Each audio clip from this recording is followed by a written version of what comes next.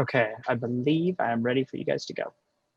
Okay, thank you very much, Alex. I would like to call to order the Malibu City Council regular meeting of December 14th, 2020.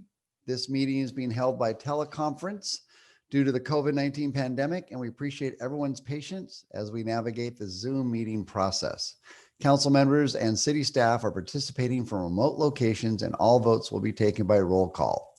Members of the public can participate in the meeting or watch it by going to malibucity.org /virtual meeting.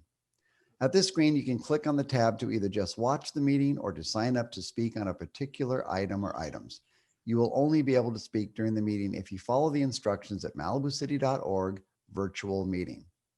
Once the item is called, no further speaker signups will be allowed, so please make sure you visit malibucity.org /virtual meeting early to sign up to speak and download the Zoom application. The city clerk will call on those who have signed up to speak when the item is called, so you must be present in the Zoom meeting to be recognized. Council members, if you have comments to make during this meeting, please raise your hand and I will call on you in turn so we can make our discussion clear for the record and the public. Can I have roll call, please? Councilmember Farrer. Here. Councilmember Mullen. Here. Councilmember Wagner. Here. Mayor Pro Tem Peak. Here. Mayor Pearson. Here. You have a quorum. Thank you very much. We will now have the Pledge of Allegiance.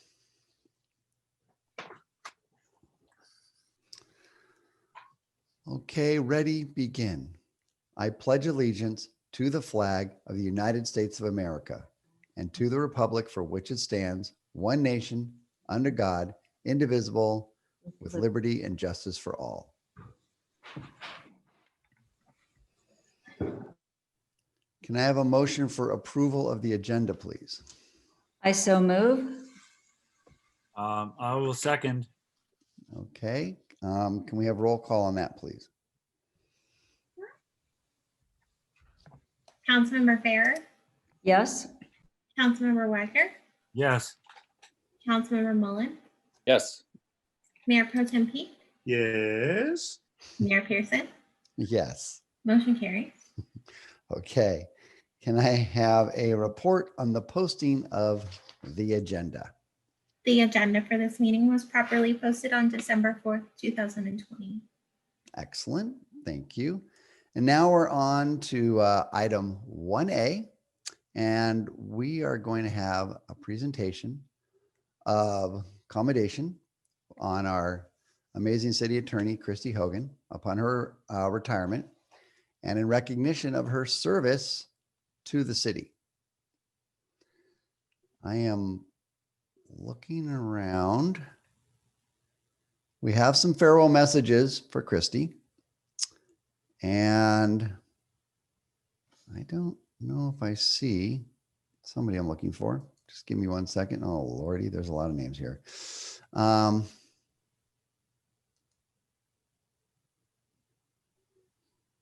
don't.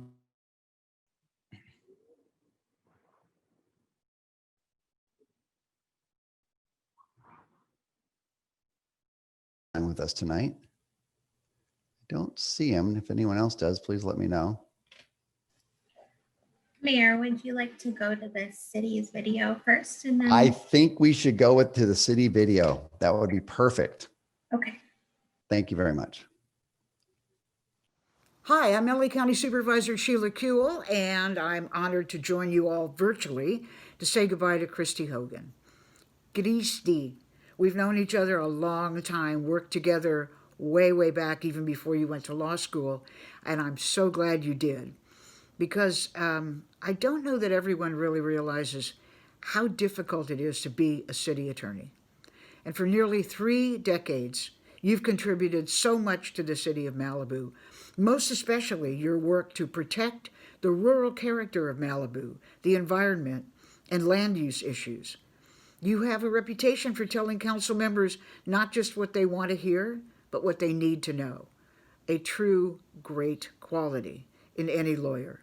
It's also a great quality to have as a grandparent, and I wish you long and love-filled days with the family that I have watched grow up. So, Christy, thank you so much for your service. I really hope you enjoy your retirement. Malibu is such a much better place because of you. Thank you. So, Christy, let me first say that this is simply not right. You are much too young to be retiring. You're making the rest of us look bad. But I'm really pleased that I was selected to be one of the very few people who has the opportunity to say a few kind words about you on your retirement this evening. I was so proud to work with you in the city of West Hollywood. I know the city of Malibu really holds you in high esteem, and I'm really glad they invited me to be a part of their celebration of your career. I wish you and Mike the very best as you move into this next chapter of your life. Hope that you and I and Mike can continue our friendship, even though you're not going to be working in government anymore. But congratulations on all the well-earned plaudits that you're going to be receiving tonight. And I wish you continued success and happiness in all you do. And I believe now at this time we have one last video. This is from the city, includes some messages from some old friends and new friends.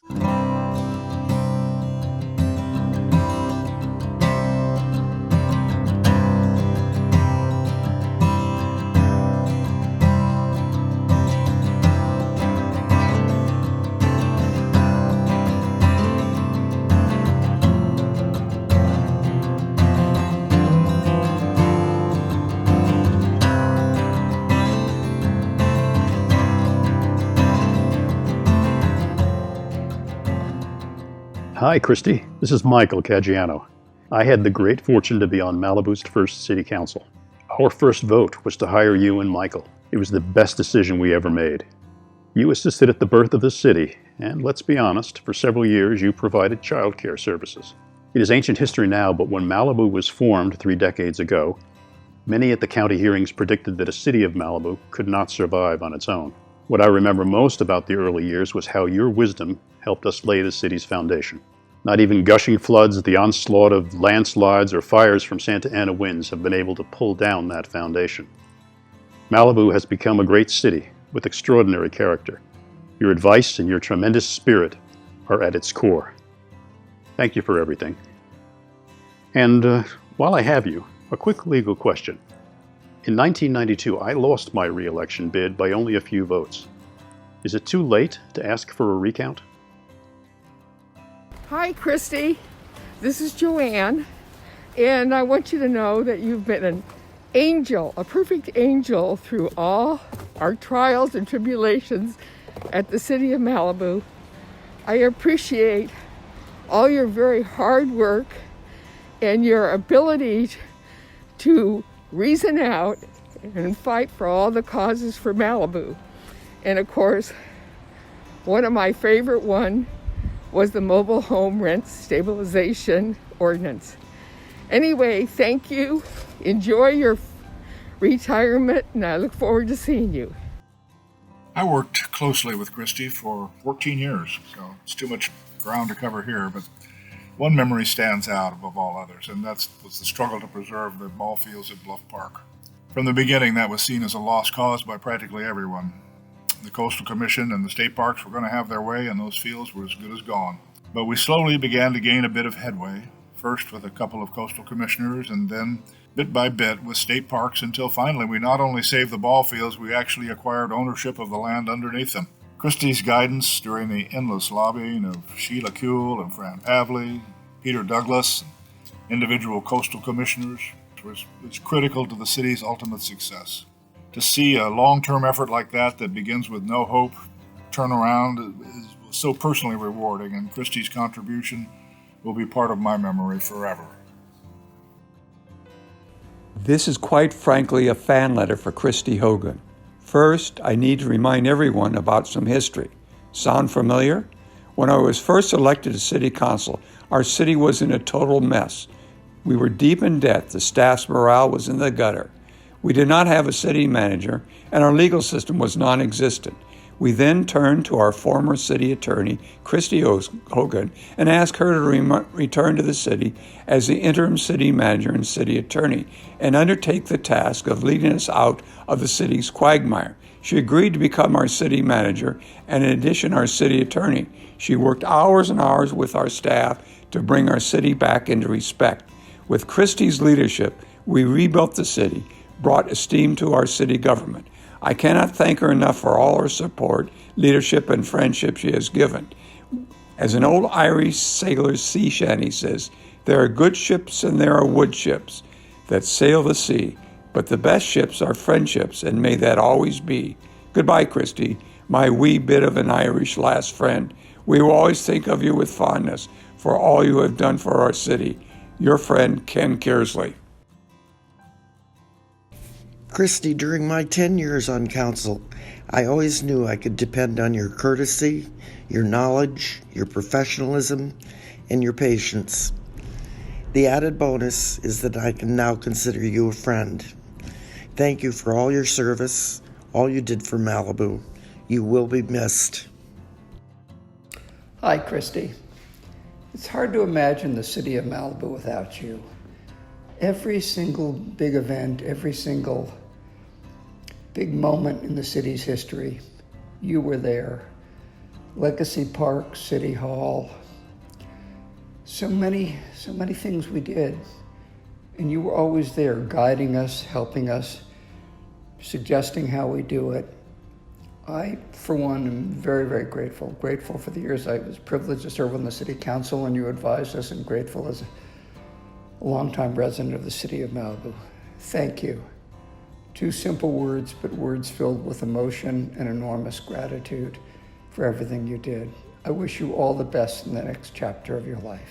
Thank you, Christy.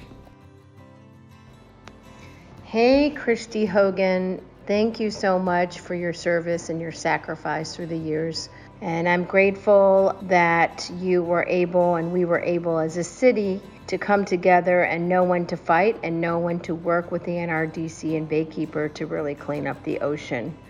So I appreciate you and know that you are a blessing. And congrats again for both of your family and your daughters and your new grandbaby. Hopefully you're going to have a wonderful next chapter filled with lots of love, laughter, and joy. All the best to you and many blessings.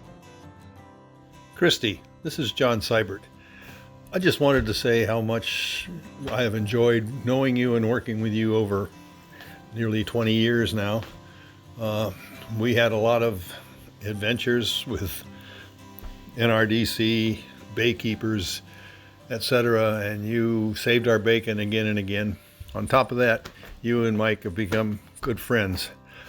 Enjoy your retirement from the city, and let me say again, we will really miss you.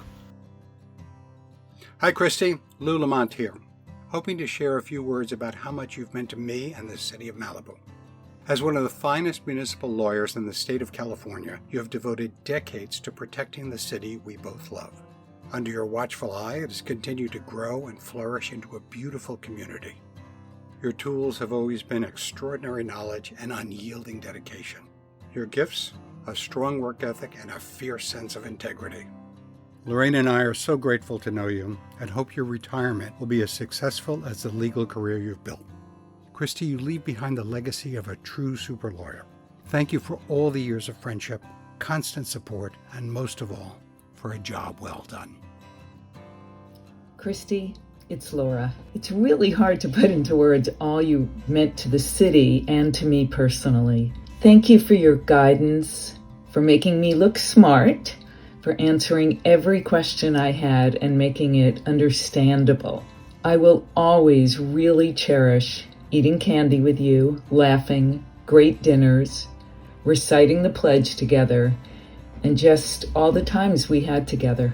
May the road rise up to meet you. May the wind be always at your back. May the sun shine warm upon your face. And may the shores of Malibu always be on your horizon. Thank you, Christy. Hello, Jefferson Wagner here. I wanted to thank Christy for her great work and effort on behalf of the city of Malibu on the NRDC lawsuit. Christy brought us the proper attorneys. I believe we prevailed in the lawsuit. We did not pay out millions of dollars, which was trying to be awarded. Instead, we did Clean Water Act remedies, thus protecting the ocean and not paying the lawyers too much. Thanks very much. Bye-bye. Christy, thank you so much for all of your service for the many years to the city of Malibu.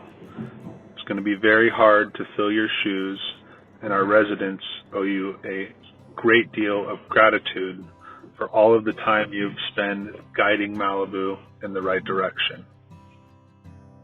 Christy, thank you for your many years of service to the citizens of Malibu, and thank you for all your help to me and all the other council members along the way, and for keeping us on the straight and narrow and limiting the legal liability of the city of Malibu. You always get us great advice. And I think more importantly, you made everything kind of fun. You're always happy, and I think that makes for a very pleasant working environment. You're totally professional, you have great integrity, and you're a true professional, and it was a pleasure working with you. So thank you very much for all the help along the way. It's been a pleasure working with you. I wish you fair winds following seas, and I consider you a friend for life. Hi, Christy. This is Mikey, and I want to congratulate you for an incredible career and thank you for all that you have done for Malibu from before when we were a city. Truly amazing, and the respect and accolades that you've earned throughout the industry are well deserved and well earned. And personally, I appreciate everything that we have done together and everything we've been through. It's not easy being a planning commissioner or a city councilor, and your help and our conversations and everything you've helped me with personally means a lot to me. So thank you very much. I'm excited for your next stage in life, and congratulations. Christy, it's Karen Farrer, and I just want to say thank you so much for your incredible career, 32 years working with the city of Malibu. Thank you for your wisdom, for your dedication, for your ability to shepherd us through so many different issues. I know everybody is going to miss you, and I just want to say we appreciate everything you've done. I wish you the best of luck with this next chapter in your life. I know you're going to have a lot of fun with your grandson. So in deepest gratitude, we say goodbye, but I hope we get to see you sometime soon. Thank you.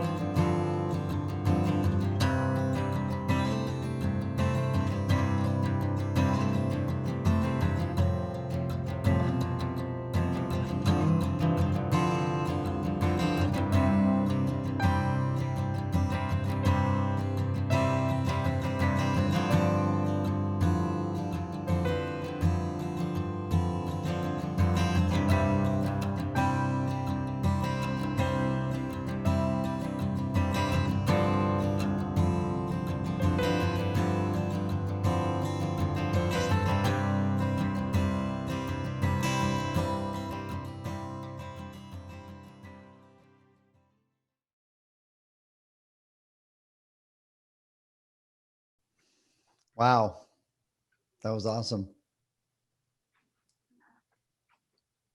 No kidding. A moment for rebuttal? May I? Please, yes. Oh, of course. Mike is yours. That was a lot. And I'm very shy, those of you who know me, and apparently everyone does. So I'm just hard taking it all in. But let me just say this. I wish that everyone here could have been in that high school auditorium on March 28th, 1991. It was electric. In the great American tradition, it was a peaceful transfer of power, much like we're going to witness later tonight if we ever get on there on the agenda. But it was also this infusion of promise into a community that had worked so hard. That was the third attempt at Malibu to form a city. And that time, the city of Malibu was born. So at last, local control over land use had come home to the Malibu residents. The elementary school kids had all drawn these pictures that commemorate the moment, and the pictures were placed on the chairs in the auditorium, and I have mine. This was my picture. I don't know if you can see it perfectly, but it was it was on my chair. It was done by Meredith, who was in first grade at Malibu Park, and I framed it, and it has hung in my office ever since. So Meredith, if you're out there, thank you for your 7-year-old's impression of the new city. And I love your art, and I love the memory of that night. When a new city incorporates, the first order of business is basically to do a general plan. And Malibu's general plan task force, many of the members you just saw, who later became council members, they took that job very seriously. They deliberated every single word. And in the process, they forged a clear vision and a mission for the city of Malibu. But it was not a quick process. And state law imposes a time limit on new cities for preparing a general plan. And the State Department of Housing and Community Development can grant extensions, and routinely they do. But for Malibu, the first extension was granted and the second one was denied, which is something that I've never seen before or since. And the worst case scenario there is, in those circumstances, is that a judge is going to start issuing building permits. And just what a tragic irony that would have been, for us after all of that. Long story short, we sued to compel HCD to appoint an appeal board so that Malibu could challenge the appeal, the denial of its request. And the state ultimately decided it wasn't worth all that trouble, and they just gave us the extension. And then the city council held 56 hearings on the general plan, and I attended every single one of them. And when the general plan was adopted, that codified the mission and vision statement. And there's this particular part of the mission statement that is really incredible, and it's influenced everything that Malibu does. It's this idea that sacrificing urban and suburban conveniences in order to protect the environment and lifestyle of Malibu. That is, I think, Malibu's central value choice. And I've had to explain to a lot of courts and state agencies over the years that Malibu kind of suffers from a bum rap. Malibu gets dismissed out of hand as kind of like a playground for the elite. And yes, I know we have our disproportionate share of billionaires and celebrities who enjoy living on this beautiful part of Malibu. But as most of you know, the Malibu is really first populated by middle-class engineers and teachers who could afford Malibu exactly because it didn't have the same infrastructure and conveniences. So that was the as-is Malibu that they fell in love with, and that's what we all committed to preserve. And they didn't actually settle the area. It was more like they reached a cooperative agreement with her. And that's an agreement that we're continuing to renegotiate, I guess, as we're rebuilding more sustainably and more fire resistant. But the vision was to resist overdevelopment by foregoing the conveniences. And implementing that vision has taken some ingenuity. When Malibu City first incorporated, of course, it didn't own anything but the local streets. And one of the most consequential aspects of the city's growth has been the acquisition of property. I'm really proud to have played a role in the transaction, either through litigation or negotiation, and in lots of cases both, of Charmlee, Bluffs Park, Las Flores Park, Legacy Park, Trancas Canyon Park, City Hall, then Trancas Field, and now the several Bay Company commercial properties, the Civic Center on the West End. I have a very long story about each acquisition, which I will gladly regale any of you who have offered to buy me a drink in my retirement and after we all get a vaccine. But But in the 29 years, we've managed to become one of the largest landowners in Malibu. And I don't want to leave without putting into our history why that is. It's because that is the Malibu vision and history and vision and mission statements in action, to take good care of the land, to be responsible custodians of it, and to exercise local control over its use. At the 25th anniversary of the cityhood, when we were in chambers, I had the physical experience that I had tonight, which is a bunch of my former bosses had gathered together. And at that time, it was a little like watching my whole life flash before my eyes, which is disconcerting. As I worked with each of them for 4 years or 8 years, in some cases 12 years. And I can tell you something about them. Actually, I could probably tell you something about each of them, but I'm going to save that in case I ever get a book deal, which I'm only kidding about. Obviously, I'm not going to get a book. I don't want to start any rumors. But what I mean is I can tell you something about all of them that is true, something I can vouch for. Every single one of the council members in this city's history so far did what they thought was best for this community. And I was just very honored to be a part of that. Last Friday morning, my daughter sent me an email with that full page ad in the Malibu Times. She and her sister grew up in the back of council chambers. Lots of times I've heard people kind of express all the sacrifices that families of public servants make. And I know the girls put up with some inconveniences. Like I just said, I was at all 56 of those public hearings on the general plan. But they also learned from this experience how democracy depends on citizens being willing to step up and pitch in. They saw how people who love their communities fight to preserve them. So it's all good. Both my daughters are adults now, and I'm happy to report they're voters and they're activists in their own communities in their own ways. And that's thanks in some part to Malibu. But back to the ad for a second. I was really overwhelmed. Those names triggered so many memories in me. And the ad offered me some good wishes for my next adventure. And that got me to thinking. The city has shown me the value in sacrifice, and it has shown me the benefit of being a good custodian and the need for resilience. And it has taught me an awful lot about how to manage wastewater. Basically, what you've done is train me well for my next gig as grandma. You saw a brief picture of Leonardo, so I want him to know that I take this obligation freely and without any mental reservation or purpose of evasion. And I want to just say for tonight and for the past 30 years and 4 months, thank you to the City Council, present and past, and to the city clerks and city managers and the staff, present and past, and of course to this community from whom I have learned so much and for whom I have fought so hard.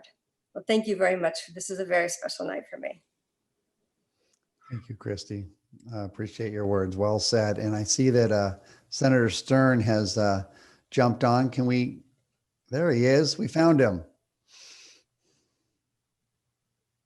I'm in the hot seat now? You're in the hot seat. Yes, you are. I wasn't one of the litigants, though. I looked at the long list there. It was a long, like, years. Wow, people like to sue Malibu, apparently. I know I'm supposed to roast or fet or thank our 3 outgoing council members, but That'll be a little later. That'll be a little later. Okay. Well, Christy, thank you. You've been steady hand.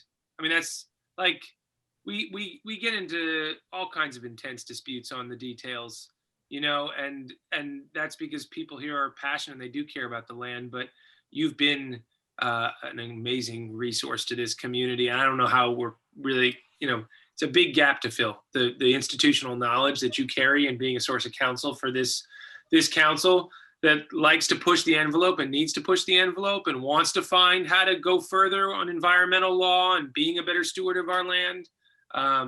Anyway, I wish you well. Maybe take a little breather for a bit.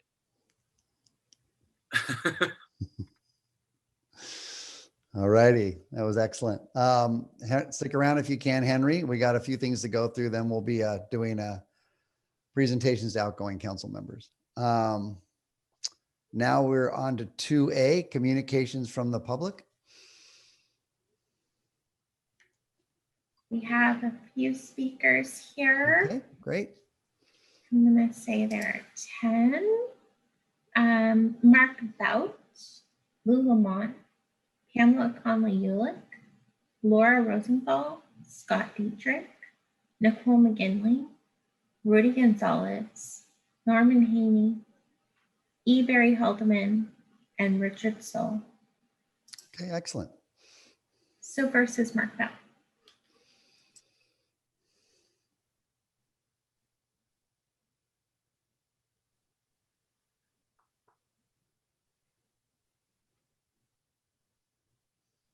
Hi, Mark Bowdy's here. I don't know if that helps. Yep, I can hear you, Mark. Okay. I'm probably late. Just let me know when I'm supposed to speak, if at all. It's this second, actually. You are on live and you're good to go. Oh, wow. Perfect timing. Just leaving the office. Hey, so I just wanted to say to everybody while I'm driving home, I think this has been a very challenging time for everyone, particularly, Mikey and Karen, who got elected, and then, the city burned down in Woolsey. And then right after Woolsey started to sort of turn the corner and become something manageable, the pandemic hit. I live now in Point Doom, and I think we had a pretty good voter group starting that was comprised of Malibu Park, Trancas, Point Doom, and the 2 mobile home parks, probably, I don't know, as many as 4,000 residents total. Really the only person or candidate we got exposed to was Paul Grisante, and I've read a lot of Paul's materials, and he's super qualified. We're super happy he got elected. And we're really looking forward to, the vaccines and herd immunity. And I think our group, which is going to get organized probably August or September, really wants to see some continuity at City Hall. There have been a lot of departures, and we want to see Yolanda succeed in planning. We want to see Riva finally get the continuity she needs to make the good things, happen. There's 2 things I just wanted to request informally or suggest. One is you're losing, I think, a lot of people who used to participate because, the average age of Malibu residents is over 70, and a lot of people, including myself, are tech challenged. 2, if you can move this open agenda speaker thing to the end and then move through your business more quickly, I think it's a net win to participation at a minimum. And obviously anybody who still wants to contribute at 9 o'clock as opposed to 7 o'clock can do so. It's also less of a burden to city council members and to Riva. These are volunteer unpaid jobs, and all of you who are elected are saints for doing this, because it's going to consume lots of time for which you're not going to be paid through anything other than the benefit of helping a beautiful place succeed. And beyond that, to get things started right, I would just ask or suggest that the mayor pro tem be either Paul Grisante or Steve Uring, who are, people who are known quantities who've been there for a while. Mark. Yes. Sorry, that's your time. Okay, thanks. Thank you, Mark. You bet. Next is Lou Lamont. Okay.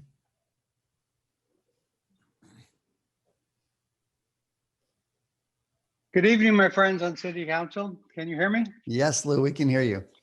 Great, thank you very much. First of all, Christy, the video tribute to you was terrific, as was your eloquent words after it, as usual. And I'm proud to lend my voice in praise of your remarkable career with the city. I want to thank you again for all the years of dedication and perseverance Your character and integrity has meant so much to all of us. And I also want to thank you for our friendship and wish you every success in your new retirement. To my departing friends on the City Council, I want to thank you all for your service and your friendship. We got a lot accomplished over the years we spent together. We haven't always agreed on everything, but we always treated each other and the staff with dignity and respect. I always appreciated that respect, and I know that the residents did as well. And now that the campaigning is over, I want to congratulate the new council members, and I hope that they will continue that policy of mutual respect that is so important in any public forum. You know, since I left the council, the city has weathered some of the toughest times in our history. Between the fire, rebuilding, and COVID, nothing is the same as before, and I don't think we're going to see normal again for a while.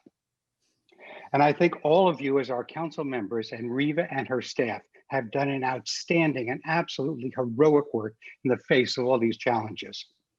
I thank you, I congratulate you, and I wish you all every success in the future. Thank you, and have a wonderful holiday season. Thank you, Lou. Next is Pamela Conley. Great.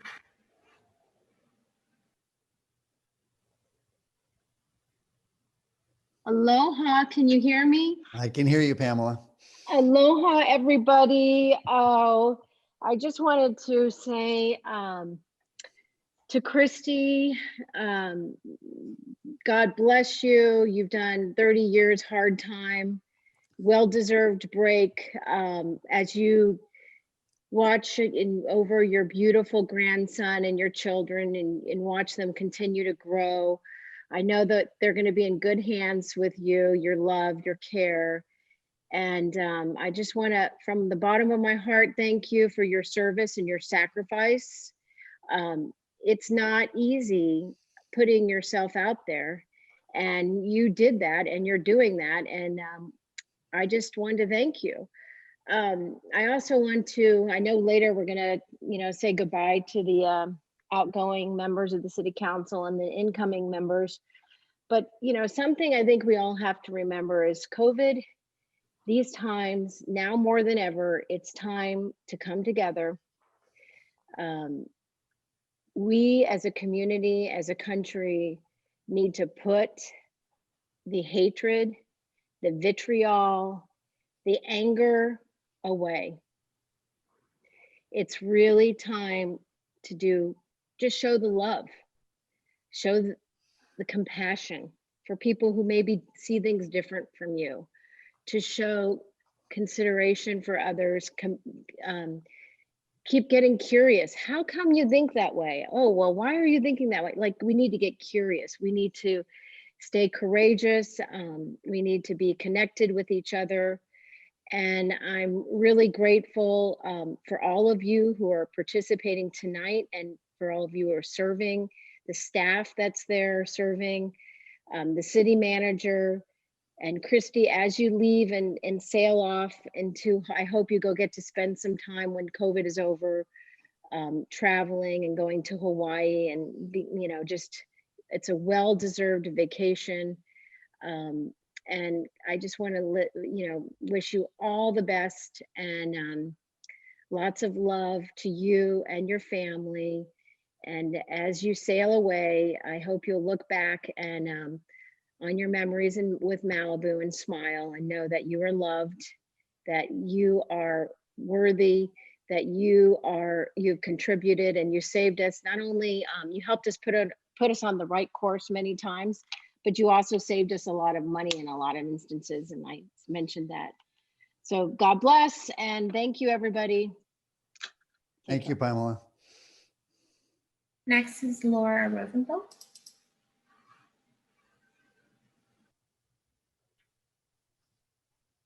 Good evening, everyone. Can you hear me?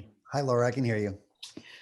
So I just wanted to start off by talking about my friend Christy Hogan. We have been so incredibly lucky in this city to have had her here since our founding almost 30 years ago, just a couple of weeks after the birth of my older son.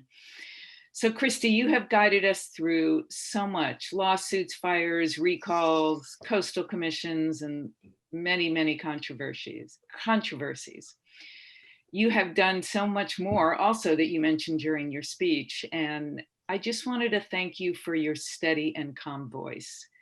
You have always set the tone for respectful, thoughtful, and easy to understand dialogue. You made me a better councilwoman, and I am grateful for that. I'm so excited for you to take leave of all your cities and enjoy your expanded family and grandson. Good luck, and please come visit. To my former colleagues that are leaving office, Rick, Schuyler, and Jefferson, the three amigos, I have always called you warmly. I too wish you good luck and a lot more free time. You have given a lot to our city too, and I thank you for that. While we didn't always agree, we were always respectful and listened to each other, and we laughed.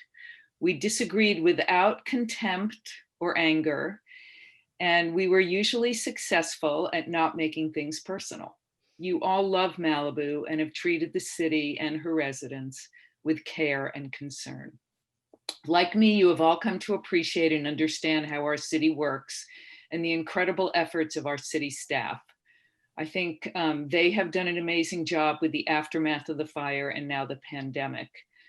The last 2 years since I left council have been so challenging, and the efforts by Riva and our staff have been extraordinary. I know that you appreciate their dedication and Riva's leadership. And to our three new council members, I too wish you good luck because you will need it. Being a council member can be the most rewarding and wonderful job, full of new things to learn, new ways to help, and challenges to face. My hope is that you all continue the civility and steadiness that your current council has shown, especially during these last 2 years, and especially now. We all need to work and pull together to deal with the very real problems that we have. You will find, if you look, that people want to help you to be successful in the city too. So bon voyage, Christy and Rick and Schuyler and Jay, and welcome and congratulations to the new council members. Thank you. Thank you, Laura. Next is Scott Dietrich.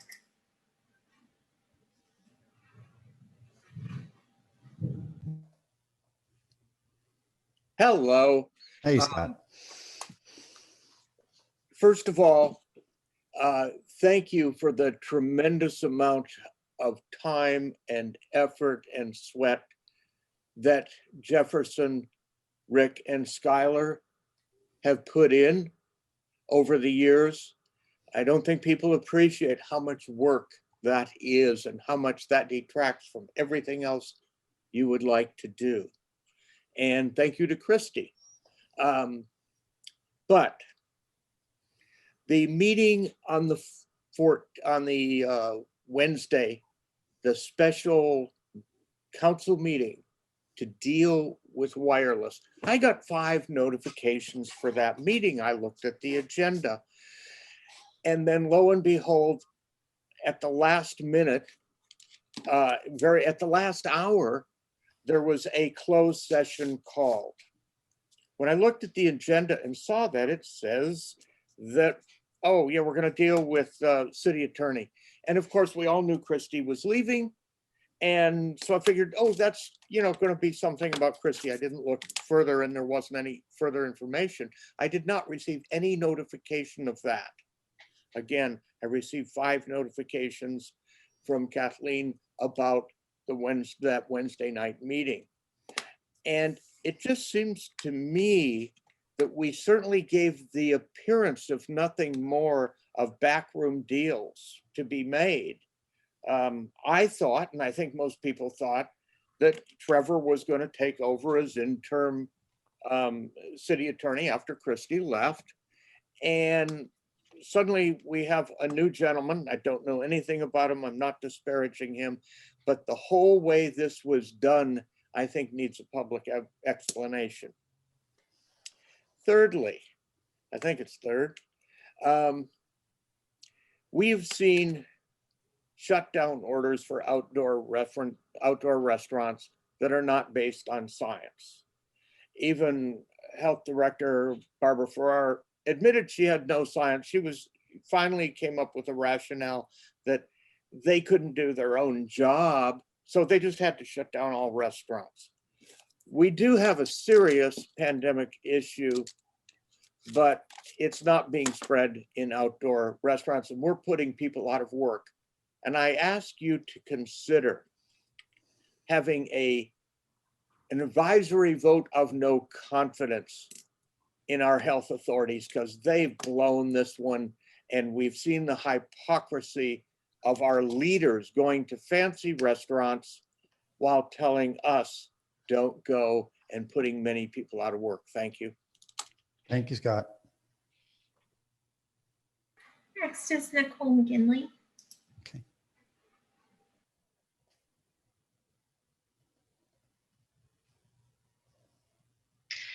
Hello. Hi, Nicole. You guys don't want to hear from me again because we're going to be talking again on Wednesday. But I have some gratitude to extend, and I would be remiss if I didn't get to do that in the presence of Rick, Skylar, Jefferson, and Christy. As last Wednesday, an urgency ordinance was put into place, yay.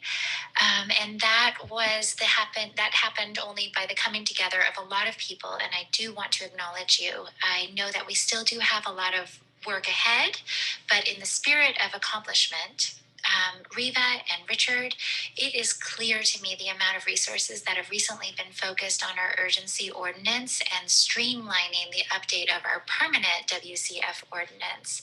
So we really appreciate you prioritizing this and allocating staff to collaborate and find solutions together.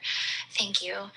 And Christy, it's always been my understanding that when somebody goes into retirement, they're just kind of like tying up loose ends and stuff. And well, instead, you chose to roll up your sleeves, get creative, and pick up a boulder and start rolling it uphill with us.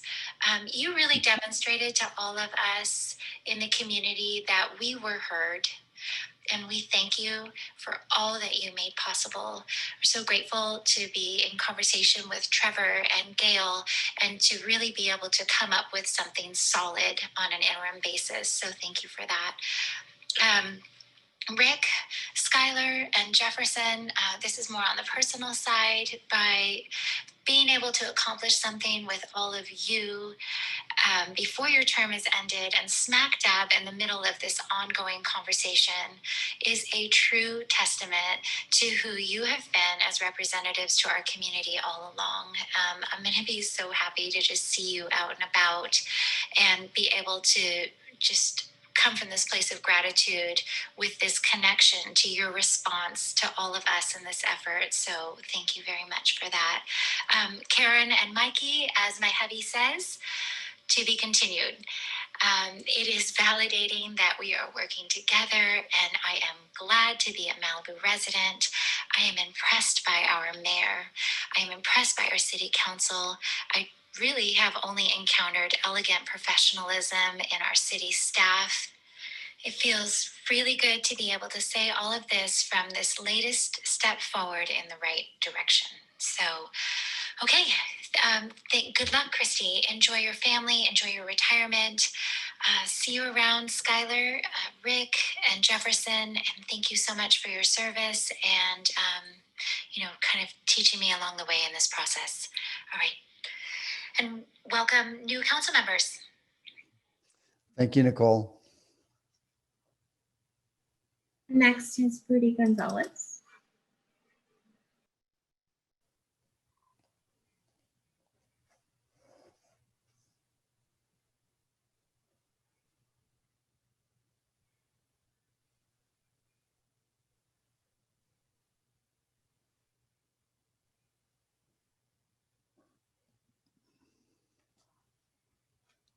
I'm not sure if Rudy is at his computer right now. I hope his tower. Here I am. Oh, there he is. Thank you. Sorry about that. Good evening, Mayor Pearson, council members, Ms. Feldman. I'm Rudy Gonzalez, Southern California Edison Government Relations Manager for Malibu. I'd like to take a few moments to review information related to the two most recent public safety power shutoff activations that took place in the community On December 2nd, based on forecasted wind conditions, we de-energized the segment of the Cuthbert circuit, affecting just over 450 customers. On that date, we were able to operate existing switches on our overhead facilities to minimize the impact of the larger group of customers on the circuit. On December 8th, again, based on forecasted wind conditions, we de-energized the majority of the Cuthbert circuit, approximately 2,000 customers. In both cases, our high-resolution weather models, based on data retrieved from weather stations in the immediate area, showed wind speeds that would likely exceed our thresholds. I've been asked what makes this particular area of Malibu more susceptible to PS events than other circuits. So we produce circuit level forecasts using high-resolution weather models that have been trained for the local topography. Edison's fire potential index is determined by our fire science team using weather data, fuel conditions, and vegetation moisture content to rate the daily fire potential across our region. De-energization wind speed triggers are unique to each circuit and are dynamic based on evolving environmental and circuit-specific characteristics. Both the live and dead fuels are drier than normal for this time of year, and in some cases are near record dry levels. While we're very concerned about unnecessary over notifications, we must balance this with the opposite issue, providing sufficient warning so that our customers, and in particular, critical care customers, first responders, and infrastructure providers have time to make arrangements. I'll mention that following each activation, we're required to submit a report to the California Public Utilities Commission. That would be cpuc.ca.gov/de-energization. And included in the website link is information regarding our most recent activations. And there you'll find all kinds of information, including the criteria that we utilize to determine the need to implement public safety power shutoff activations. We realize these are a huge inconvenience to residents, and we apologize for the inconvenience we do create. And we do appreciate the partnership as we get through the difficult fire season. Congratulations to the outgoing council members, and I look forward to working with the incoming council members. Thank you. Thank you, Rudy. Next is Norman.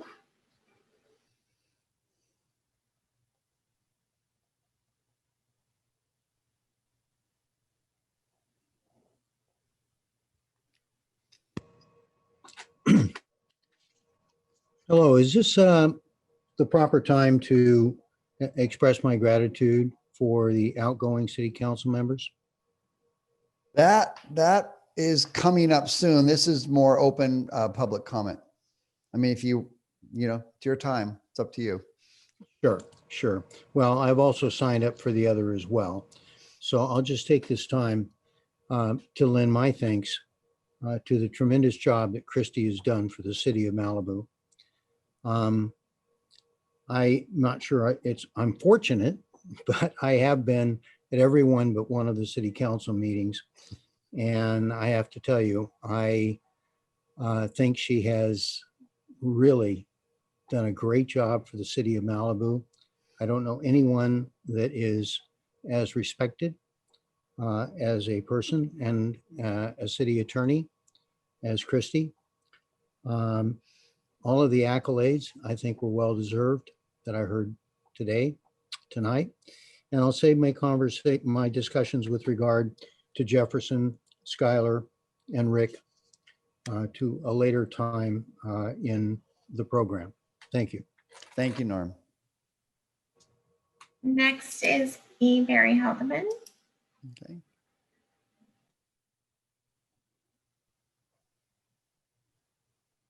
Okay, can you hear me? I can hear you, Barry.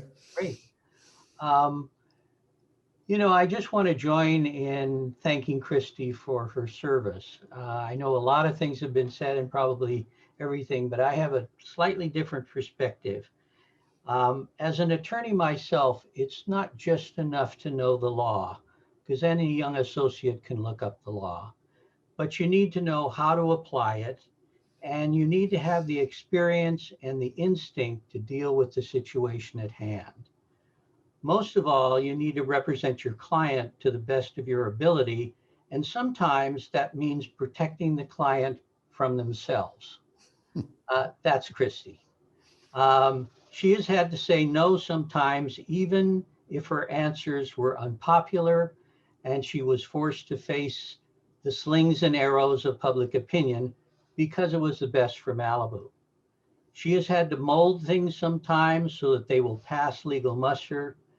And she has had the experience, knowledge of Malibu, and especially empathy to deal with city council members and others who, though often well-intentioned, were naive about the law. So thank you, Christy, for keeping Malibu out of major trouble. I only hope your successor will have the skill and the dedication to Malibu you've shown. We will miss you very much. Thank you. Thank you.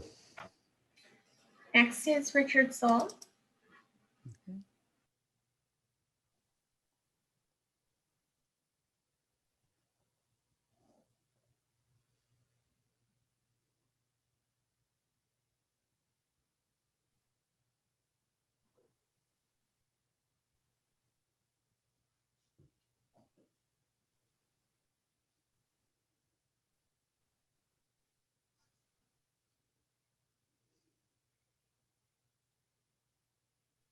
I'm not sure if Richard is at his device right now.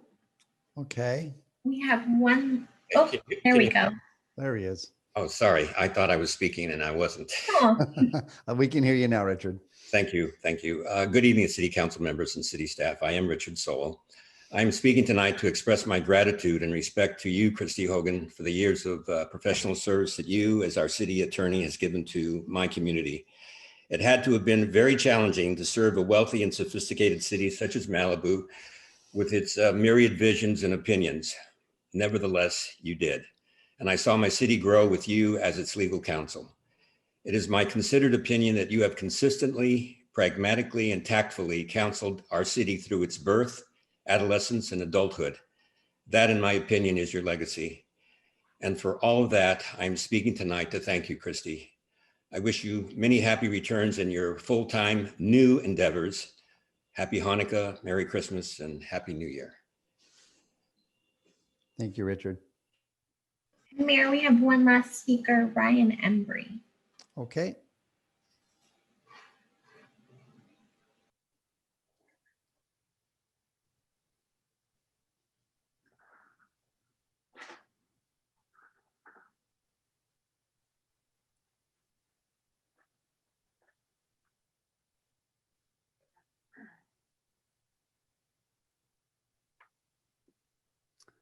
Are you there, Ryan? Yes, I'm here. Can you hear me? I can hear you, Ryan. Yes, I wanted to thank all of the council members for the service that they've given to the city, and I also wanted to congratulate the 3 new council-elect. And just as the city had respected Mikey and Karen in 2018, I look forward to the time-honored tradition of recognizing the will of Malibu voters by designating tonight the highest vote getter as Mayor Pro Tem. That is the honor of the people who live in this town, vote, and want to see on the city council the same hard work that the 2 of you have done for the last 2 years. So I look forward to Bruce Silverstein serving as our Mayor Pro Tem. Thank you. Thank you, Ryan. And that concludes public comment. Okay, great. Did I see we had a commission update? Or am I mistaken? Scott Dietrich is signed up for item 2B. Okay. Unmute. There you are, Scott. Thanks, Mikey. Very quickly, it came up at our last Public Works Commission, a parking issue. Now, we've dealt over the years with a number of parking issues. I understand that those are also handled by public safety, and that's not a problem for us. But we've been told by Rob that parking is not within our purview, even though we've dealt with it a number of times. So I would like to ask the council to correct that. I'm not suggesting at all taking it away from public safety as well. I think there's an intersection between public safety and public works here. Sometimes it's a safety issue primarily, and sometimes it's a public works issue. But that seems to be remiss, that for the next Public Works Commission should be allowed to deal with that issue, and it should be on the list of items the council wants that commission to deal with. Thank you. All right. Thank you, Scott. Okay, well, now we're down to city manager update.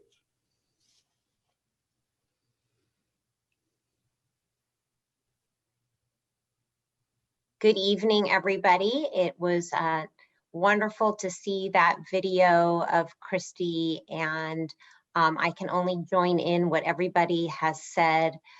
First, to thank Christy for her many, many years of service to Malibu. I've had the honor and pleasure of working with Christy for close to 16 years. She has been my mentor, she has been my advisor, and she's been my friend. And that is something I'm glad we get to carry on forward as she starts this new chapter. We have been through so many trials and tribulations in Malibu. She touched on some of the acquisitions that we did, and I can tell you that she and I jumped up and down every time we were able to acquire another piece of open space. And so it's been a pleasure working with you, my friend, and I'm going to miss you very much. I'd also like to take a moment to thank our outgoing council members, Rick and Skylar and Jefferson. We have worked together for many years, and I have enjoyed every part of it. The going through the Woolsey fire with all of you and the leadership that you provided this community has been invaluable, and I am proud that I got to stand next to you as we helped our community go through something so terrific, so just terrible. And you know, I'm really going to miss working with you and wish you all the best in the next chapters of your life. And so now we welcome in a new council. And this kind of transition is going to come with hope, and it also comes with some tension. There's no denying that we're all aware of the criticism about the city that's been swirling around in emails and on social media. Unfortunately, this has given a lot of people a platform to be very critical of the city and of me.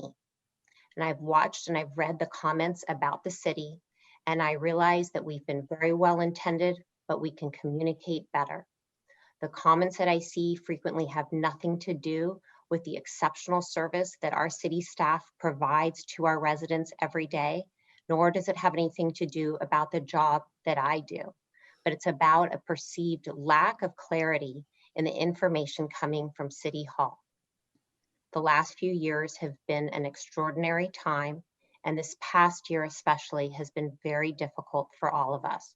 We're all learning how to navigate in this new world, and the city's learning how to provide the very best service possible to its residents. Having a pandemic as we recover from the worst fire in our city's history has not been ideal and has definitely tested us. So as we welcome in this new city council and a new year, I want to offer my commitment that I'm listening to what has been said about what the city needs. And I'm dedicated to connecting to our community in a better way. These past few years have been as difficult for me as they have been for all of you. But I've learned a lot, and I look forward to helping us all rebuild the Malibu that we really love. Thank you. Thank you, Reva. Okay, council people, do you have any just open comments? I would start with Rick. Yeah, can you hear me? Yes. Yeah, I just wanted to say thanks to Nicole for your comments about you correctly characterized Christy not letting the pack drop on the way out the door. And I thought the boulder analogy was very good. And I appreciate you taking the time to tell her that, because it's exactly where all of that came from. I have to admit, as much as Mikey and I were like wanting to do something, she was the one who came up with a path forward. And I'm really happy that we're able to do that. And it was nice to be able to participate in that. And I know it's an ongoing project and it'll be handled well. So I appreciate you coming down and expressing your appreciation, because I know it's been very difficult dealing with this, and you've had to have experienced a lot of patience. And as I said, this is a great example of the community and the city staff and the council members and the city attorney all working together for mission accomplishment. So thanks very much. That's what I wanted to say. Okay, thank you, Rick. Jefferson? Not much, Mikey. I appreciate the offer. I have my my longest speech in my life. It's timed at 5 minutes. Okay. Got a little later, and appreciate all the efforts on this council, and we'll speak shortly. Thank you. Okay, looking forward to it. Karen? I have a question. Are we giving our comments to the outgoing council members later or now? We can do that later. Okay, thank you. I just want to mention a couple of things. I zoomed in to Senator Henry Stern's swearing in and community address a few days ago. And I want to commend Henry and make sure everybody knows how in tune he is to so many complicated issues, and many of them are interrelated. And so I feel that we're really well represented at the state level. And I know Henry is open to hearing from anybody in the community. And Henry, I think you're still on here. Thank you for all the comments you had that day. It was really eye-opening. As much as I knew how complex your position is, I have a deeper appreciation for it now.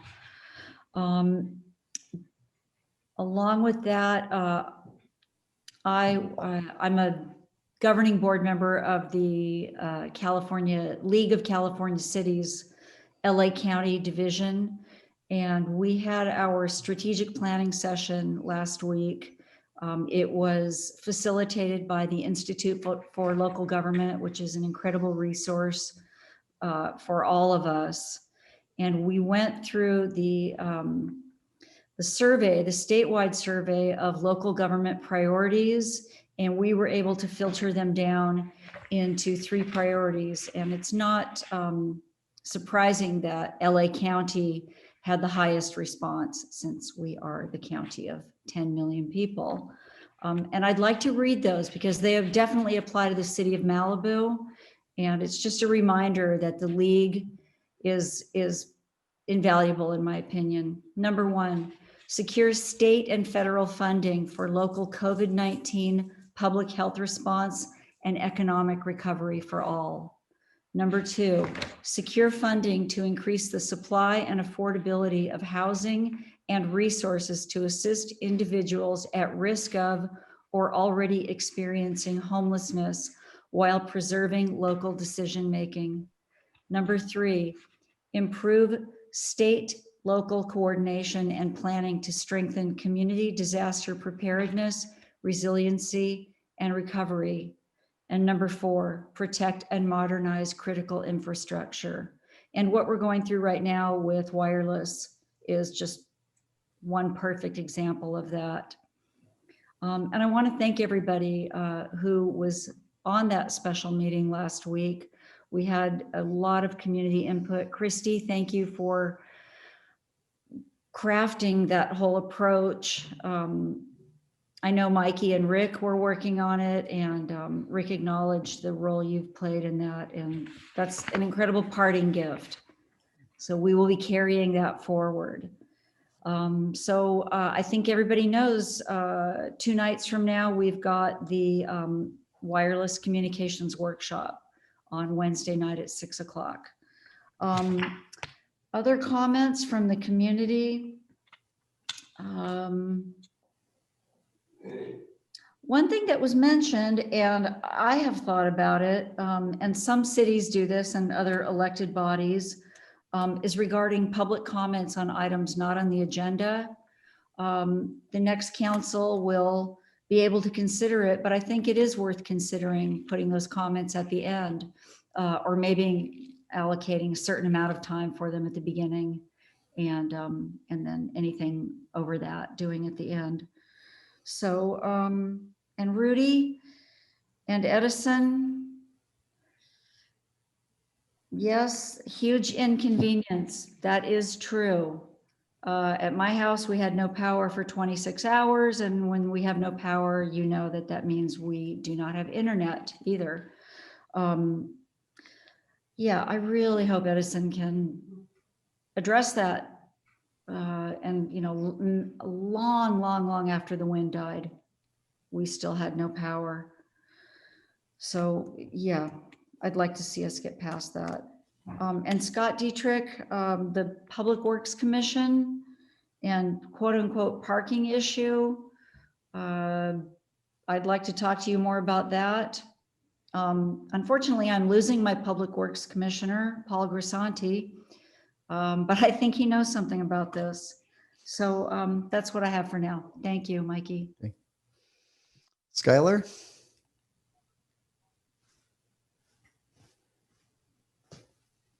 Thank you.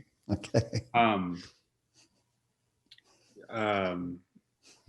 Yeah, I don't really have a lot of, the power outage that Karen just referenced obviously is frustrating for everyone. Rudy, it would be great to get some sort of the things implemented in the community that would better harden our power system so it doesn't have to shut off when the wind's like that, and get it turned on in a quicker fashion, because it's very frustrating for everyone. And hopefully Edison can work on that to provide us very good, reliable power. Thank you, Nicole and Pamela and everyone else for the great comments for Christy. And Christy, you're we've always been a force to be reckoned with during your time here. And I think that the wisdom that you've imposed on me just as a council member from when I started 8 years and 9 months ago was very helpful from then. And the work that you did in the land negotiation with, remember the first time, I think it was myself and Joanne House when we were sitting in Century City dealing with the thing at Trancas, and you're like, okay, we're going to figure this out. And I was like, well, let's just, we'll just buy it. We'll figure out a way to buy it. And you're like, we're going to figure out a way to buy it, and I'm going to make it happen. And you helped make it happen. And I just think that you're always kind of looking outside, always looked outside of the box to find a solution to something. And that's really important. And, yeah, you never want somebody in a black robe making a land use decision. And I think you've really done a good job of preventing that from happening in the city, even when people try to force the issue. So thank you very much. And I value you as a friend too. So I really appreciate that. All right. Thanks, Mikey. All right, of course, Keller. Just a few quick remarks. Thank you to all the speakers. Certainly, once again, echo everything everyone has said about you, Christy. Thank you, thank you, thank you. And quickly address Scott Dietrich also. Yeah, I'll give clarity on it. I think there was issues as we wrapped up the city council that they had worked on. We wanted to finish, short-term rentals being a great example that they spent years on. And then there's issues that really haven't worked on, and that should be the next council. And that would be city attorney would be a great example of that. And so for my part, this came up in a conversation with Christy that I had, and we discussed this issue. And we kind of thought, you know what, maybe the fair thing to do is just maybe appoint somebody neutral in the interim and let the new council, the new majority of the council, I mean, the 5 of us, come to what makes sense and what's fair. So Karen and I met with John, and his experience was instantly, it was great. And it seemed like a good idea. And it was not meant in any other spirit at all, other than neutral playing field as we move forward, so that this next council could make the decisions it needs to make. And that's it. That's all there was. There was no backroom deal, nothing like that. Maybe it was thought of a little late, but that wasn't not intentional. There's a lot going on, and it was meant in the spirit of being fair to the new council. My only comment, other than that, before we move on, is with the new council, because this is a new council item, so I do separate new and old council. With the new council, I do want to bring up in January, talk about fee waivers and where we're at on that. I know they expired December 31st or December 30th, but there's a lot of, I've been kind of pushing on this item. I think we should discuss it. There's a lot of people that are really in an awkward, tough situation now.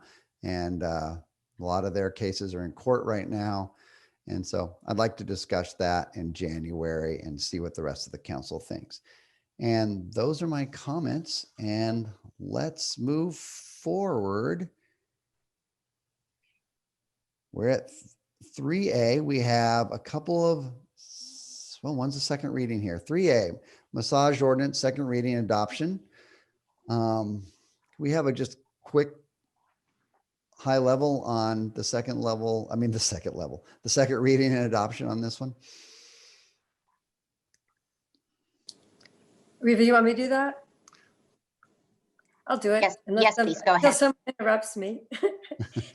We already discussed this. This is a series of, it's adoption by reference of a series of regulations that the county had put into place in order to address sex trafficking and other issues that come up with the massage businesses. And we're putting these into place, which will also free up the legitimate massage businesses that are waiting for licenses to get licenses. We've already read the title and had initial hearing once. If you should hear public speakers, and then if you want to go forward, you can go ahead and waive the reading and adopt it. And then we would be ready. The county would be grateful. Okay, thank you for that. Do we have any speakers on this item? You have one public speaker, Richard Olson. Okay, Richard, when we get you live, you're on.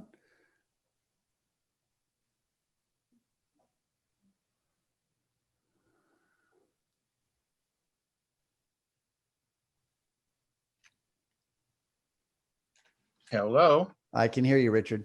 Okay, great. I didn't realize it was coming right up. Thank you. Yeah, my name's Richard Olson. I'm the owner of Malibu Bliss Massage and Spa. Can I put the video on here too? I don't know. Okay, I'll try. I'm just speaking. I don't know what time I'm supposed to. Oh, on the massage ordinance, we're here. Yep, we're here now. Okay, I just read the Los Angeles County adopted ordinance. We've been in business for about 3 years now through the adopted LA County ordinance, previous one, which was quite thorough and in depth as far as all measures of not restrictions, but just keeping tabs on massage businesses. We're a massage and a spa. However, I know this is maybe a moot point at this point. I had no awareness the council had been deliberating this. The county did not inform us at all in any way when our license came up for renewal on March 31st. We're closed due to the COVID, of course, for such a long time, making multiple contacts about our renewal, but nobody really seemed to know either. And also the same with some of the city, because the county told us to contact the city, and the city does, but now it's been sorted out. I know it's being adopted tonight. I probably would object to this as one of the almost only massage owners. I'm a 34-year-long Malibu resident. This is my life. I never would have thought this is my dream, owning a very small massage business in Malibu, but just to be brief, I have become temporarily homeless as a result of the pandemic, and to keep our business going. And that's how important it is to me as a absolutely moral, ethical, doing everything as much as we can perfectly by all the rules of a legitimate business, to be put into the category of sex trafficking, vice, money laundering, etc., that the Los Angeles County ordinance is out of the 10 pages, there's one sentence that refers to massage as a therapeutic, wholesome service providing a great benefit for people, which is what my passion is all about in owning this business. And never would have imagined this would have come into my point in my life, but it is. And I would probably very much object to this and very much want the city to have its own massage ordinance. I don't know how many other people in the city this applies to. We have many, many local regulars. We love our customers and our massage therapists. And this is just to be put into this category. I don't want to say it's offensive, but it's just not right in Malibu. In Los Angeles County, if 8 out of 10 massage places are doing illegal activities of some kind, which I don't think they are, but this new ordinance is so overreaching, in my opinion, and it really does not apply to Malibu. I absolutely appreciate the need for these laws. I absolutely do, but this is too much. And I would like to propose going forward, and if I have to take it up, that Malibu makes its own massage that actually applies to the types of businesses we have here in Malibu. That's your time. Okay, thank you very much. Thank you, Richard. And that's our only public speaker, correct? That's correct. Christy, would you mind giving a little context to why we're here for Richard? Yes, and it is unfortunate. There are a lot of legitimate massage businesses, and it does have a therapeutic role in health. So understand that. It also has been a business that has been used for sex trafficking. And so these regulations are really intended to divide the legitimate business from the rest by imposing rules like not being able to lock the doors or requiring that the massage technicians be clothed. And they're just very specific regulations like that that are aimed not at the legitimate businesses. So it should not be a problem for a legitimate business to get a license and to comply. And if it is, we can revisit it. But these are the regulations that are right now uniform in the county. Okay, thank you. Comments or a motion from council?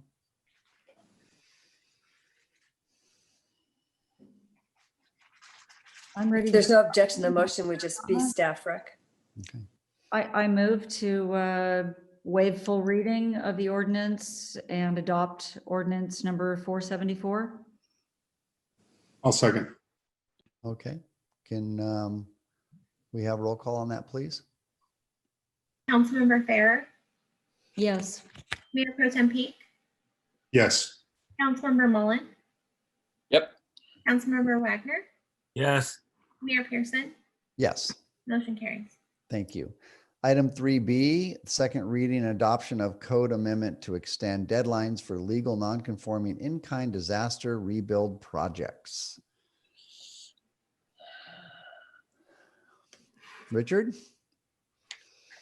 Good evening, Mayor, members of the commission. I'm here to answer any questions you may have about this. As you may recall, we had the first reading of this one-year extension to all the deadlines at the last city council hearing, and nothing has changed since then. But like I said, if you have any questions, be glad to answer them.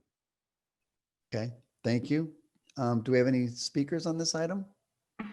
We do not. No. Okay, thank you. Any comments or a motion from council? Can I make a motion to approve item 3B? I'll second. Okay, is that adopting ordinance number 476? That's it. Okay, And waiving the full reading. and Sure. waiving the full reading, of course, that's what I meant. Excellent. Okay, can we have a roll call, please? Mayor Pro Tem Peak, Yes. Councilmember Farrer, Yes. Councilmember Mullen, Yep. Councilmember Wagner, Yes. Mayor Pearson, Yes. motion carries. Okay, thank you. Now we are to the consent calendar. Do we have any members of the council or the public that want to pull anything?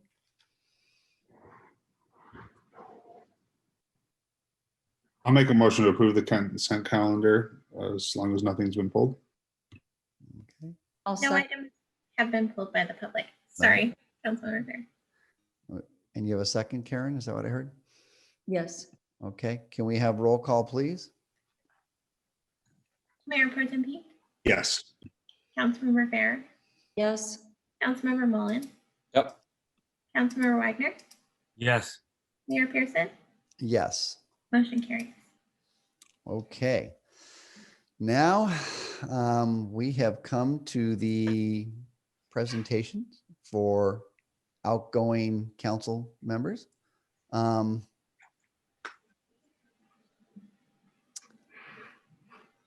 I know Henry was going to have a few words to say, but I don't see him anymore.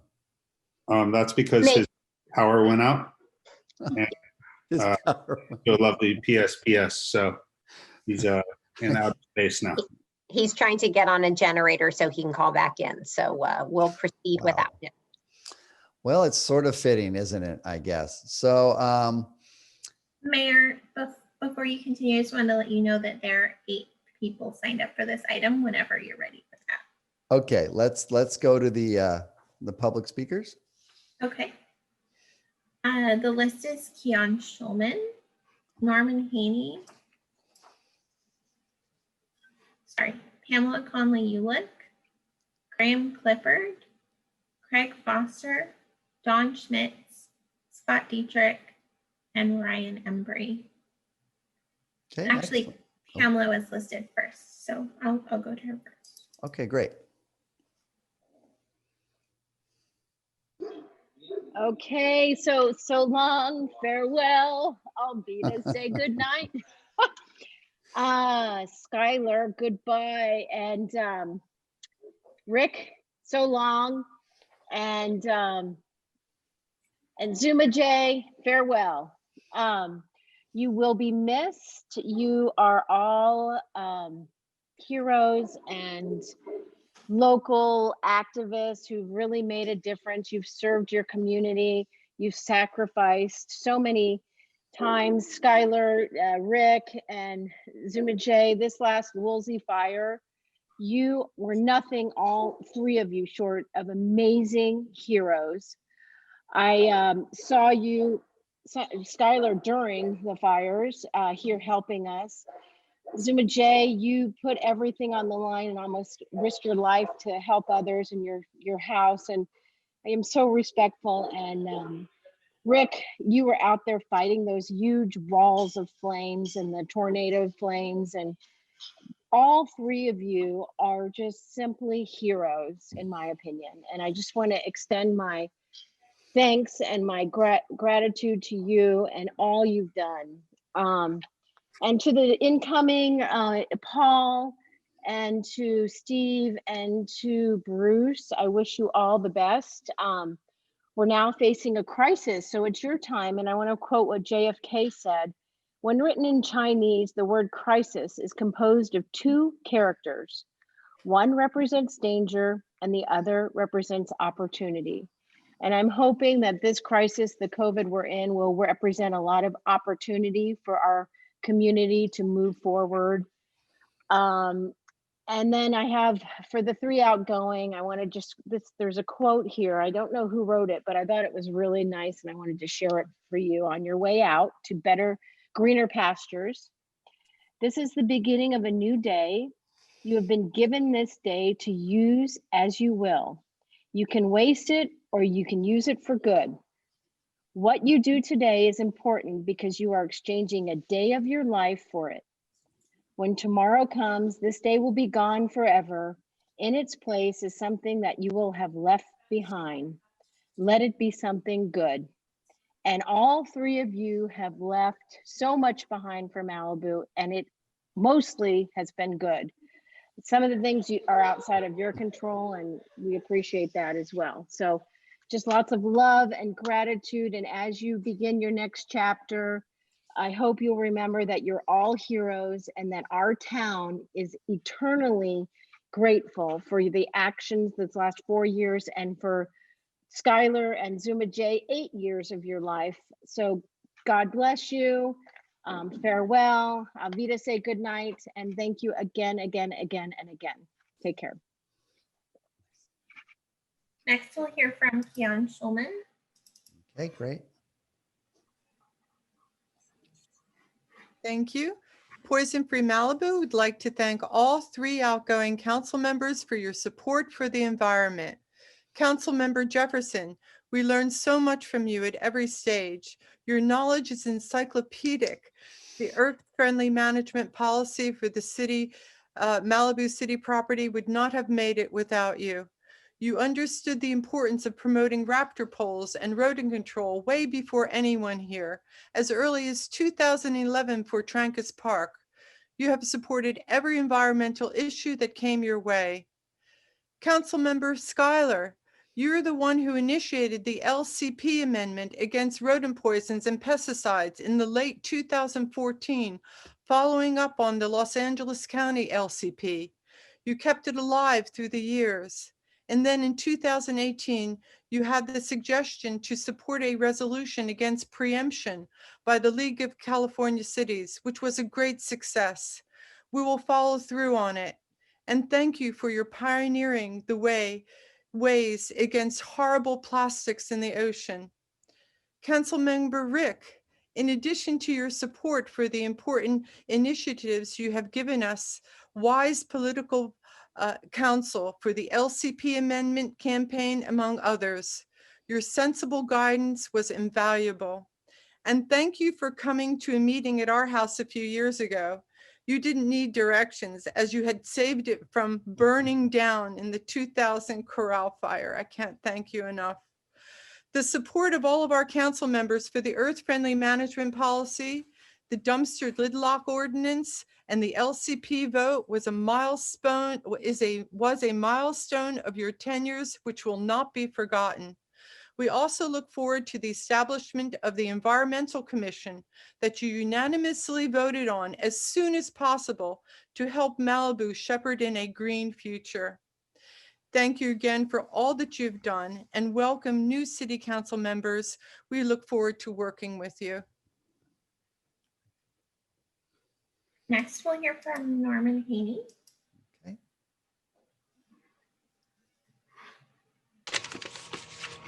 Good evening, City Council members. Hi, Norm. I have a tremendous amount of respect for all 3 of the outgoing City Council members.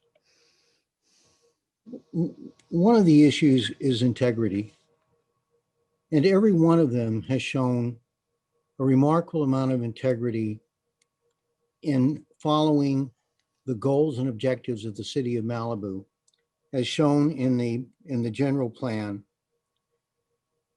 Next is sacrifice. Every one of the City Council members, they don't get paid for their job, but they sacrifice anywhere between 20 and 50 hours a month in doing their job. In order to make a reasonable decision, they have to read thousands of pages of documents, some pro, some con on various issues, but also with an eye towards moving the goals and objectives of the city forward. And it's not just your sacrifice, it's the sacrifice of the city, of your family. They have to make a huge sacrifice to let you spend the amount of time that you have to spend moving forward with the city's goals. Hard work, I've already mentioned that, the amount of time and energy it takes to understand the issues in order to make a reasonable decision. Balance, decisions are difficult. There's pros and cons to nearly every decision. And I've looked at every one of the decisions that you make.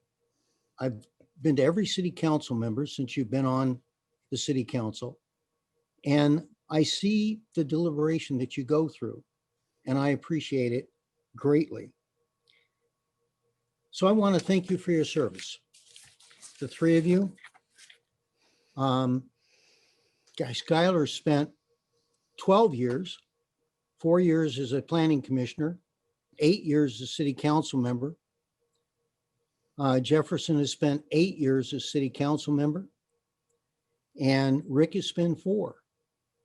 It's just incredible the amount of time and energy it takes in order to realize the goals and objectives of the city. And you've done an incredible job. I respect you, and I want to thank you for the time and the efforts that you've made. Thank you. Next, we'll hear from Graham Clifford. Hi, everyone. Hi, Graham. I just wanted to thank, obviously, our outgoing councilmen for their dedicated work on our behalf. I mean, all three of you are so appreciated. Jay, Skylar, and Rick, you just amazing. And you know, you know what I feel about you, so let's leave it at that. And I wanted to welcome our incoming guys with open arms and much anticipated hope for the future. I've known Steve and Paul for a long time, and I'm very happy to see both of you before us on the podium. And Lee, I've not met you yet, but I'm well aware of your positions, and because of them, I'm sure we have the best shot yet of focusing on our community and preserving our rural lifestyle rather than catering to developers and visitors. I also want to bid a fond farewell to Christy and thank her for everything she has done for us over the years. And boy, I just watched the credit crawl into the wonderful city council comments talk about a list of achievements. I too was present when our city was founded and met Christy at that time. During my years on various commissions and committees, she has been a fountain of wisdom, particularly when we were creating the Cultural Arts Commission. Thank you, Christy. Have fun with your new grandchild. And I bet you don't remain retired for very long. It's boring. Having been around since day one, I've witnessed every city council up close and noted what makes some more effective than others. Council members who hold our mission statement above all else. Personally, I think it should be read before every city council meeting. Who stick to their campaign promises, are concise, clear in their thinking, and have conviction in their point of view, have done their homework, and don't blather on endlessly, particularly the latter. I remember a meeting that took 1 hour and 28 minutes just to get to the consent calendar once, and there were no presentations. So, Mr. Mayor, it might be worth considering a 3-minute limit on individual reports under paragraph 2C. Just a joke, but listen, please take my comments with the lightheartedness and positivity I feel tonight. I can't wait to see the results of the new energy I felt after the election results were announced. Congratulations to all 5 of you, new and old. I'm looking forward to another really good bunch of years. Thank you. Graham. Next, we'll hear from Craig Foster.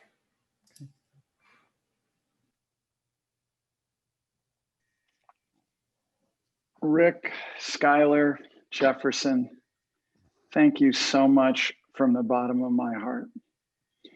You've been through so much and you've done so much. We all owe you an incredible debt. I speak particularly, of course, on the subject of education tonight, though what you've been asked to give over your tenure has truly been above and beyond any expectation. As for education, you've all been so incredibly protective of our kids and their families, of local control, which we desperately need to continue to protect those kids and those families, and all things educational. Rick, you know, your time on the education subcommittee, you are a fighter, you're smart, strategic, you pursued the issues, you learned so much, and you and Karen led that committee brilliantly, and we're incredibly grateful for your work there and for all your support. Skylar, you're an alumni of our schools. Standing up for our schools is in your gut and in your heart, and you have done it ceaselessly, passionately, and well. Jefferson, every single time I needed your support, every single time we needed your support, the kids needed your support, you came through and came through enthusiastically. You're always looking to do what's right. I will miss you all, and I wish you all the blessings of life. I wish you the very best for our kids, for myself, for their families, for our city that needs our schools to be strong and healthy. I say thank you, thank you, thank you, thank you, thank you. Next, we'll hear from Don Schmitz.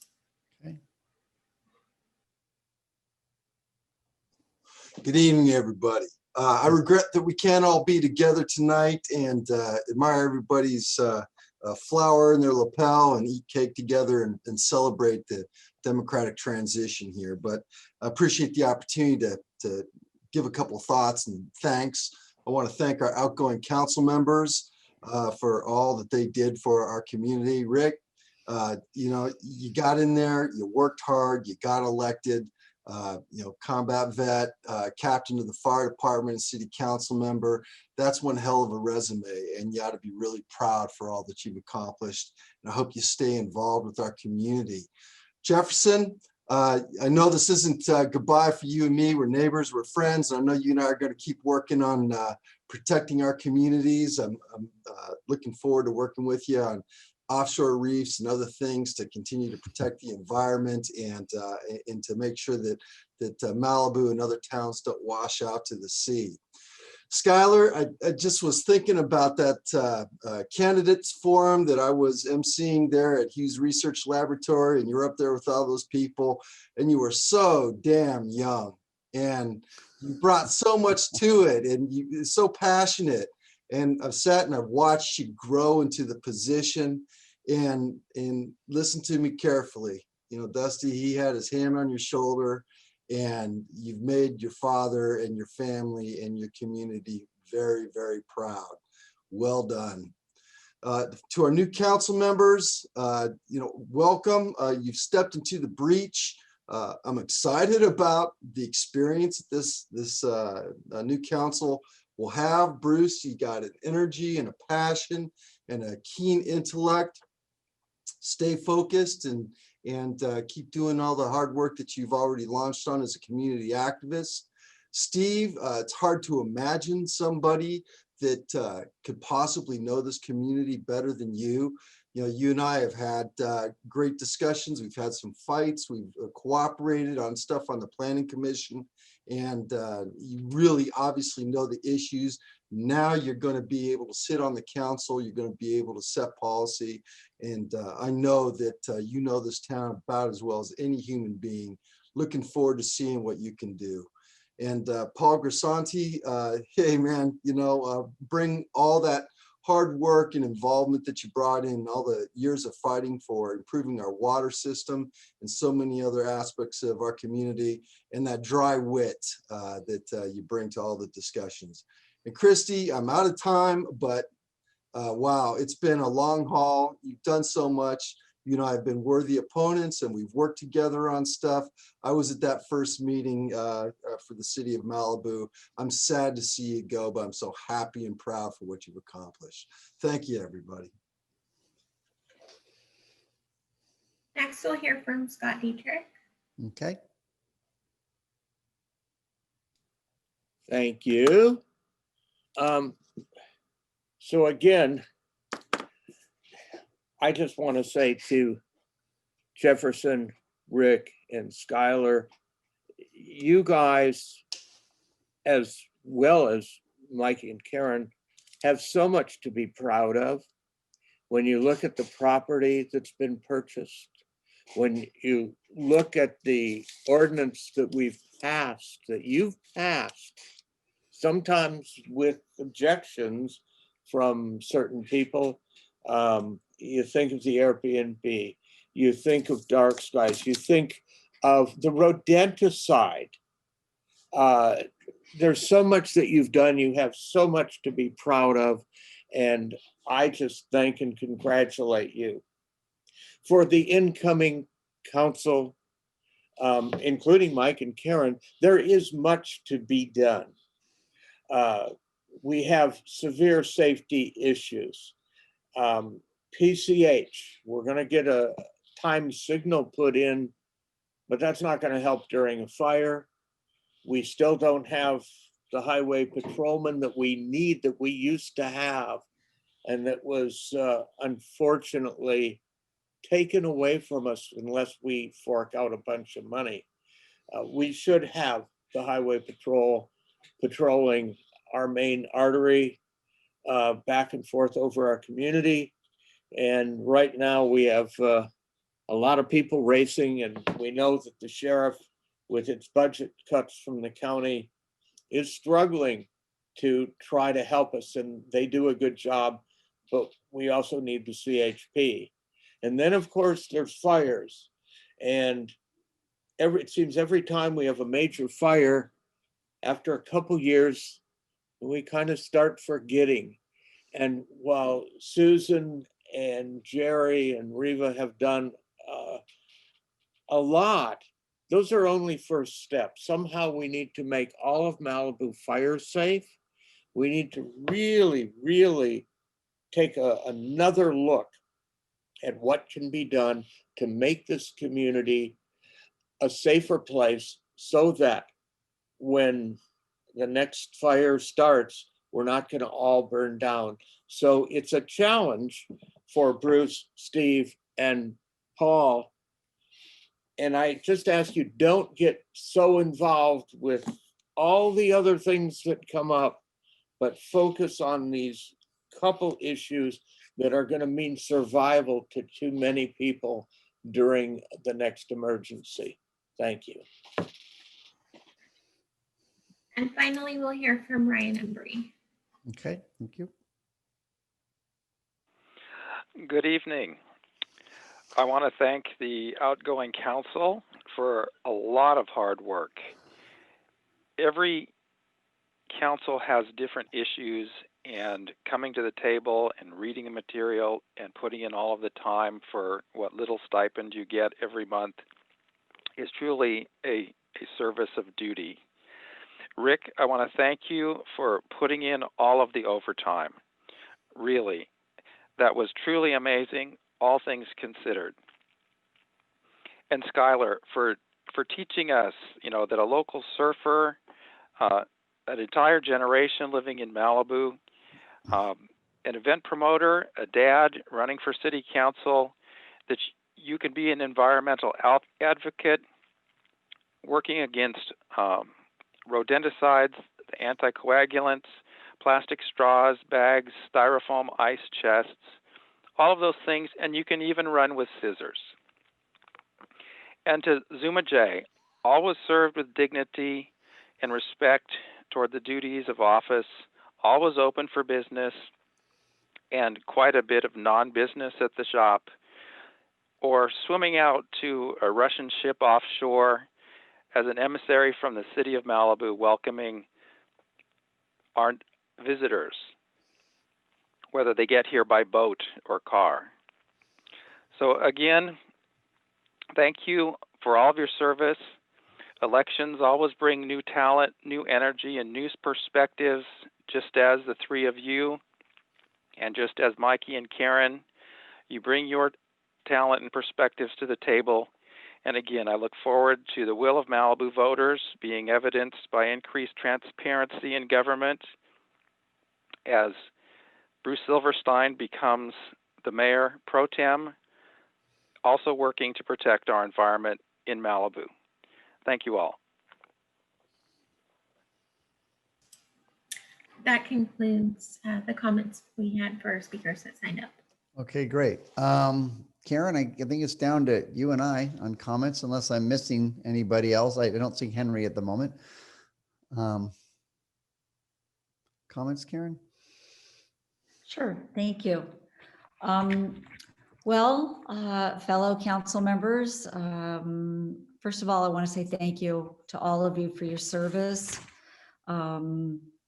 your dedication, and always striving for the greater good of the whole community. And I'll quote Lou Lamont. We don't always agree on everything, but we always work through it. And I appreciate that about each of you. Jefferson, I want to thank you for your 8 years of service. You, especially as a local business owner, I heard you once describe yourself in a candidates forum. You said, "I'm pop." And yeah, you are. Running a business and being on the council and doing the other things that you do. I know when you go up to China Lake and all those things, you've really juggled a lot of balls, and especially the last couple of years, having lost your home in the fire. I know you've had some serious challenges, but you've been here through thick and thin with the council, and I want to thank you for that.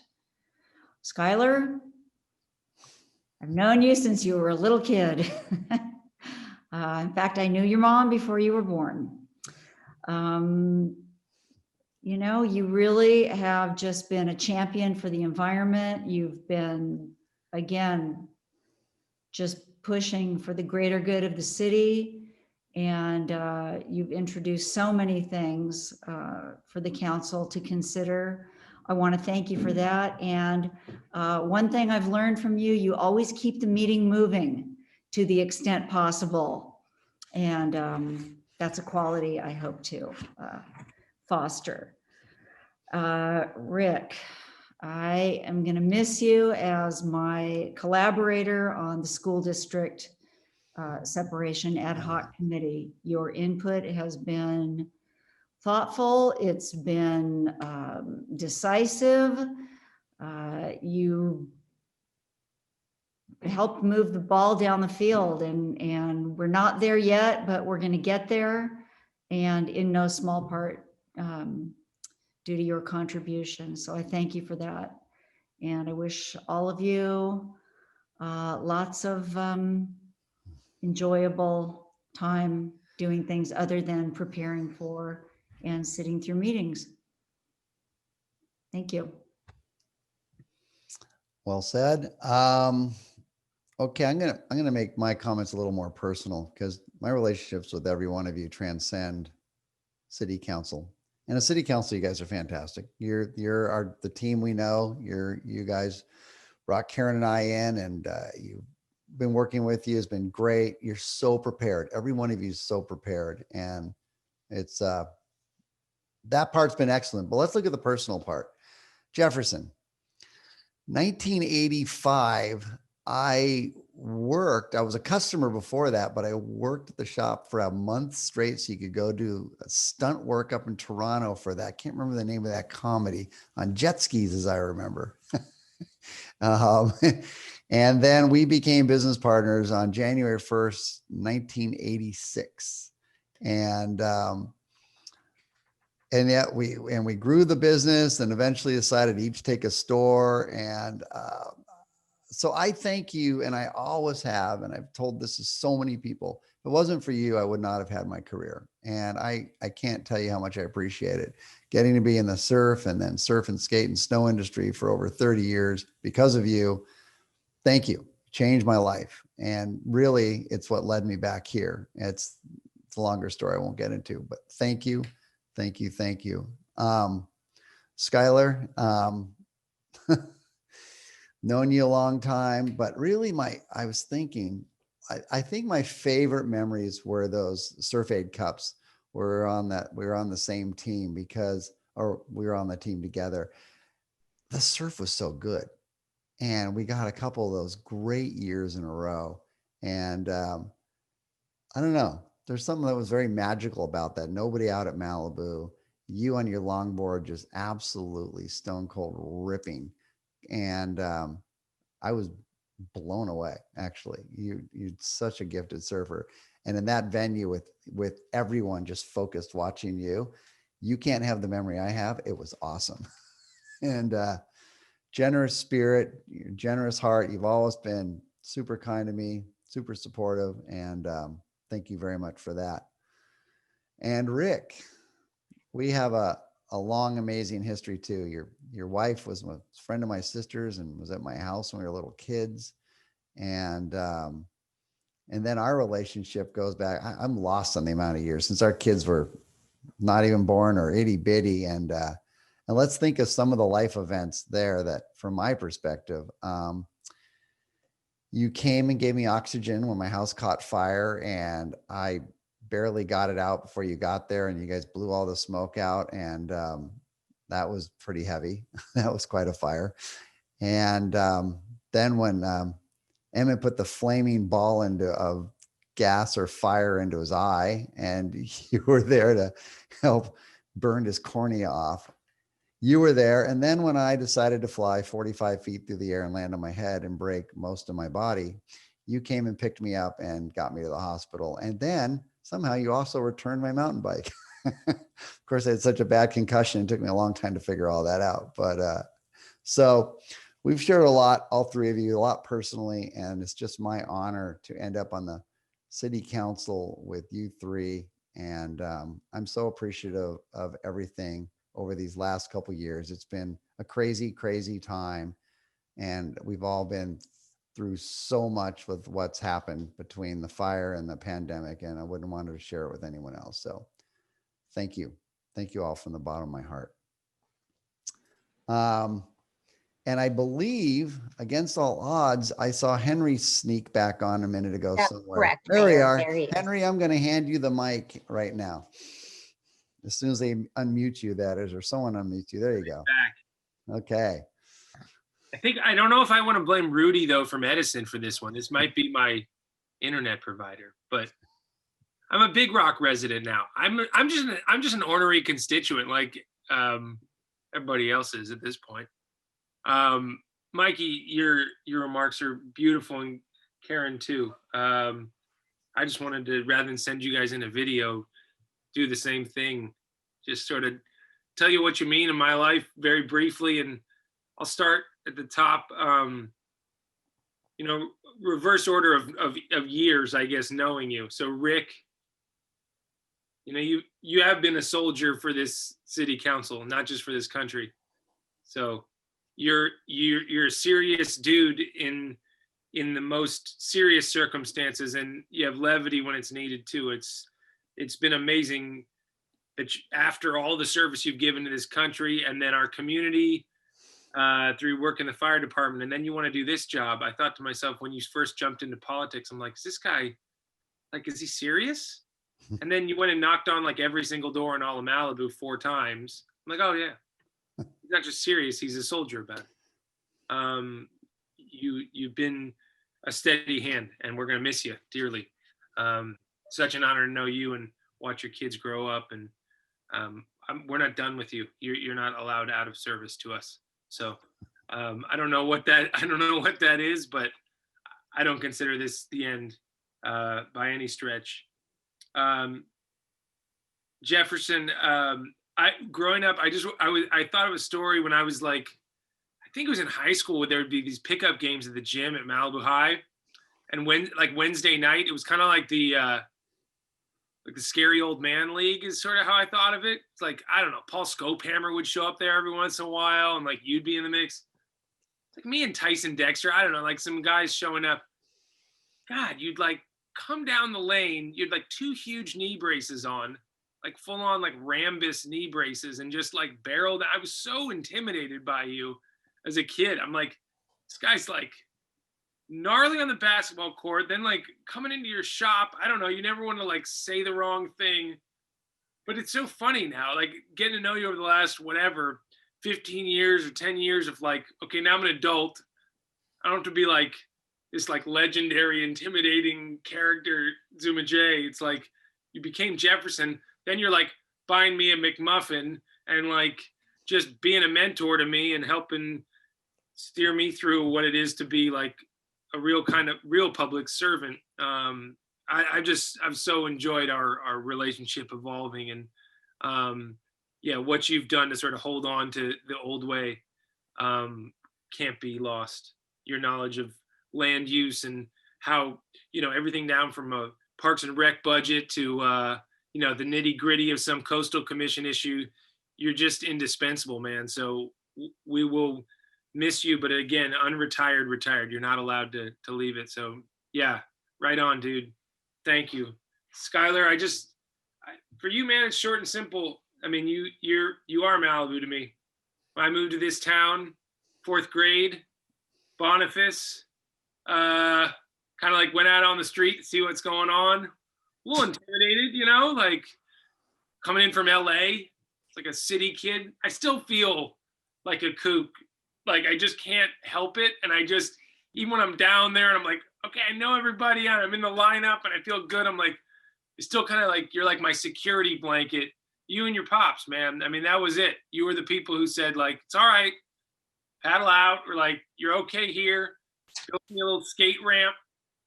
I don't know, we just got into trouble, running around the gullies and watching you become a leader at a young age, back from like when stuff was going down in Malibu High. We had a kid bring a weapon to school and like stuff happened, and just interesting how young leaders emerge, right? Like you weren't always trying to like put yourself out there and be like, I'm the guy and I'm like in charge of student council and I'm the head of the class. And, you weren't trying that hard. You weren't trying to be the guy. But then these moments sort of called you and it was like, no, we need you. And like, you found that in yourself and you carried it through to now. And yeah, what you guys did, I mean, you really reclaimed the soul of this town through your ascendancy, I think collectively, but really individually, Skylar, your lineage is this town. You represent your heritage so well. And this is a gnarly job, and being on this planet's kind of a wild ride. So I love you, and I really do. I am grateful for your steadiness in getting us through some heavy times. And yeah, this is a hard night. So I'm in it's a very bittersweet mood. I'm obviously very excited about the new folks coming in, but yeah, what you guys have built here is something very special. And this town is not a normal place. We all know that, for better or for worse, but it's something very sacred, very valuable. So I hope we hold on to that and that spirit that that we can be decent to each other, and that we are still a small town and we can still like put our foot down when things aren't right. So thanks for showing us the way. I really deeply, deeply respect you. So Mikey, Mayor Pearson and Karen, and to the new Mayor Pro Tem and everybody else coming in, thanks for letting me just take a minute. And thanks to whoever got my Wi-Fi back on. Thanks, Henry. Now we have some messages from other fellow elected officials. Good evening, Mayor and City Council. I'm here this evening to express my gratitude to our outgoing council members, Rick Mullen, Skylar Peak, and Jefferson Wagner. Rick, Skylar, and Jefferson have served with integrity, honor, and compassion during their time on the City Council. Your efforts during the Woolsey fire and throughout the recovery have been outstanding and have helped to prepare the city for the current challenges and those that are certain to come. You have each given so much of your time and effort to improving your city and the lives of those in your community. We are very grateful for your service. I would also like to take a moment to say farewell to your city attorney, Christy Hogan, who I've known for many years now. I've worked with Christy as a local official, a coastal commissioner, and a state elected, and no city council, no city can function without a competent city attorney. And with Christy, I gotta say, Malibu got the best, and I can personally attest to that. Christy is well respected and sought after as a legal expert in land use and all legal issues affecting municipalities, and has been a great advocate for your city. I want to thank you, Christy, for your many years of service to the city, and I wish you all the best. Finally, I want to congratulate our newly elected council members, Bruce Silverstein, Stephen Uring, and Paul Grisanti. Congrats on your victories, and I look forward to working with you together to address the many challenges that lie ahead. and other issues that we have of mutual interest. As your elected representative in the State Assembly, my office is always readily available to the City Council, city staff, and the people of Malibu to offer any assistance possible. Thank you for letting me speak tonight, and I wish everyone a healthy and happy holiday season, and let's look forward to 2021. Good evening. Hi, I'm LA County Supervisor Sheila Kuehl, and I wanted to just take a moment to recognize the outgoing leaders on the Malibu City Council, Jefferson Wagner, Skylar Peak, and Rick Mullen. Public service is hard work. I think we all know that. And you three have contributed so much to the city of Malibu. Councilmember Wagner, you've been one of Malibu's standout environmental champions. Thank you for always moving forward important environmental policies. And you also have a deep reputation for putting the residents of Malibu front and center in all of your thinking and your decision making. So thank you for your service. Councilmember Peak, I know your family has lived here in Malibu for multiple generations, and your parents and your grandparents would be really proud of how you've represented this city. Like Councilmember Wagner, you've been a real environmental champion. So thank you for protecting this beautiful city, and thank you for your service. And last but definitely not least, Councilmember Mullen, as all of us know, your service to the city extends far beyond your tenure as an elected official. Fire captain, public safety commissioner, president of the Paradise Cove Homeowners Association, thank you so much for your commitment to Malibu and your steadfast leadership. I know all three of you have the deep, deep gratitude of Malibu residents and mine. So thank you for your service. Malibu is a much better place because of it.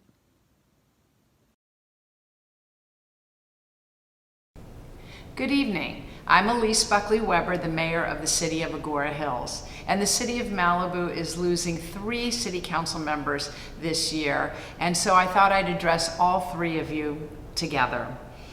I'll start with Councilmember Mullen. During your tenure on the council, the city of Malibu has faced 2 monumental challenges, the Woolsey Fire and the COVID-19 pandemic. As a captain in the LA County Fire Department, your knowledge and advocacy for public safety has benefited the entire region. Your residents have shown great resilience, and your hard work is evident. On behalf of the Agora Hills City Council, we thank you for your service and wish you well. Moving on to Mayor Pro Tem Peak. The residents of the city of Agora Hills share your mountains, trails, and beaches, and we have seen your strong efforts to keep Malibu clean and to conserve energy. Your environmental stewardship, specifically on the Clean Power Alliance and support of bans on plastics, helps not only your residents, but the entire region. And we thank you for that. On behalf of the Agora Hills City Council, we appreciate your leadership and wish you well for all of your future endeavors. And now for Councilmember Wagner. During your first term on the City Council, I knew you as Zuma J. When Jefferson was elected in 2016, it took me a while to realize you were one and the same. You are a beloved member of your community, and you have been a committed leader for the residents of the city of Malibu, particularly during the Woolsey Fire. And we were all relieved when you recovered from your fire-related injuries. Malibu is a special place for so many, and your advocacy to keep local waters clean helps not only your residents, but all of the region for all of us. On behalf of the Agora Hills City Council, we thank you for your years of service and wish you the very best. Stay well. Good evening. I'm James Bazagian, Mayor of the City of Calabasas. Thank you for inviting us to participate in this tribute to your outgoing City Council members. On behalf of the City of Calabasas and the Calabasas City Council, I have 3 title plaques to present to your council members. First, to Skylar Peak, to Rick Mullen, and finally to Jefferson Wagner. Congratulations and thank you for your service to the city of Malibu and to the greater community. All righty. Now it's time for remarks from our amazing outgoing council members. Jefferson, you're the one next to me, so I'm going to start with you. Could I go in a minute, Mikey? I've got to run to the men's room. I no longer. So thanks for your honesty, and we'll be right here when you get back. I think I can leave if I announce it, right? So I'm like, I don't know. Take a couple minutes and come right back. Okay, I'll make it quick. Yeah, I'm not really worried about any sort of violations at this point, to be honest. Thank you. Rick. Can you hear me? Yes. Okay, so it was very nice of all those people to come out, you know, the regular citizens of Malibu who took the time to come down here and say such nice things to all of us. It's, yeah, we do give a lot of our time here at the city council, but so do the residents who come down and give of their time and energy. And there were some stellar ones there. You know, Keon Schulman has done so much for the city of Malibu. Graham Clifford is there all the time. Norm Haney, oh my God. I mean, Norm's there not just every city council meeting, but every other meeting. And it was nice of all the other elected officials from our neighboring cities and the state and Henry Stern to take the time to say such nice things and appreciate the service, our service. It's very nice and it's well appreciated. So let's turn the Wayback Machine to like 4 years ago. I had been asked to run for city council a number of times, and actually Pamela Conley-Ulick was the first one who encouraged me to do it after she was the mayor pro tem when the mayor was out of town during the Corral fire. So it's kind of interesting that eventually I wound up being the mayor during the Woolsey fire. But if you look back at 2016, we all came together, Jefferson and Schuyler, who are salty guys who had already done a first term, took me on into their team, and we saw an opportunity to what we thought was an opportunity to get the city back pointed in the direction of honoring the mission statement. And we had actually and I feel bad about the guys who ran this time because we had a blast in our campaign. There were so many people that came together and worked really hard, and it was a lot of fun. And when I originally thought about running for city council, I thought, I don't mind doing the job, but doing the campaign was really unappealing. But that wound up being really the fun part. And I think I can summarize it the best with at the last day, we're all waving signs as everyone's going down to vote. And my daughter says to me, she was 15 at the time, Dad, I'm really sorry your campaign's over. We've met so many nice people, you know, over the last few weeks. I thought that's pretty cool. And that sort of sums it up.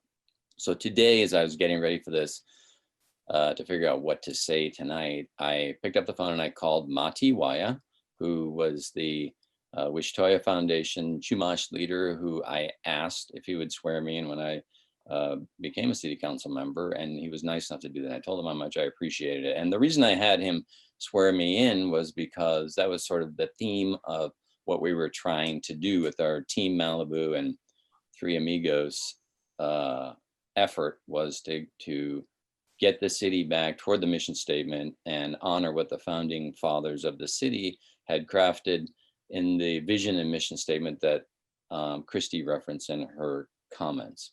And we were very successful, I would say. What we did was, by getting all three of us on, we brought our majority with us. And I really respect my two teammates for being willing to take me, because they were very well known. I mean, everybody knows him with Jay, and Schuyler's a third generation guy, and I was the least known candidate. So my job was not get left behind, otherwise we wouldn't have the majority. So we were successful. There were a lot of people who helped, and I want to recognize some of the people who helped us in that campaign. Jay Flower Katz put a lot of energy into it. Pat Healy walked the streets with me and knocked on doors, as did Leslie Goldstein, and even CC Woods had a hand in our campaign. But there were many other people who really put their shoulder to the wheel and realized how important it was to get the city pointed back toward honoring the mission statement. And we did it. I would say there's a whole list of accomplishments that we've done. I'm not going to go into all of them, but I feel good about what we did as a team. We didn't always agree on everything, but we definitely did what we came to do, which was, the previous councils had approved 2 shopping centers, the La Paz Shopping Center and the Whole Foods thing. And there was a whole Measure R thing, and the citizenry wasn't really happy about the direction of where things were headed. And that was our goal, was to if I could summarize what our goal was, it was just, let's steer the ship a little more in the direction of what the founding fathers of the city wanted us to do. And I would say that we did that. And I feel good about that. And I want to thank all the council members that we served with, Lou Lamont, Laura Rosenthal, as well as Mikey and Karen. I really enjoyed working with all of you, and as well as every council member who's ever served, who was super supportive and always willing to help.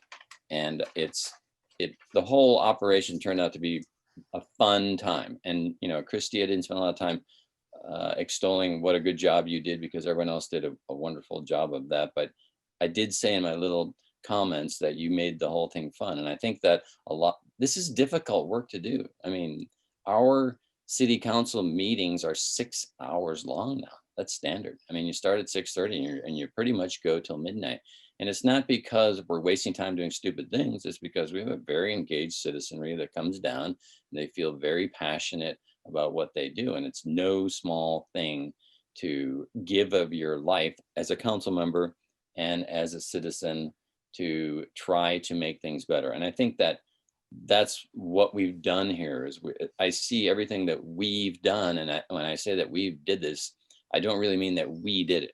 What happened is the city of Malibu accomplished a lot of good things over the last 4 years. And it was a combination of the citizenry who brought forth most of the things that we did, whether it be poison-free or short-term rentals or the 5G thing. These are really mostly initiatives that came from the citizenry. Although Schuyler did bring the straw ban and Jefferson did bring the plastic bag ban, and there were quite a few things that were initiated, but a lot of it came from the residents themselves, who gave a lot of passion and energy to everything. And I appreciate all of their involvement. And we learned a lot from them on the areas that they were expert in.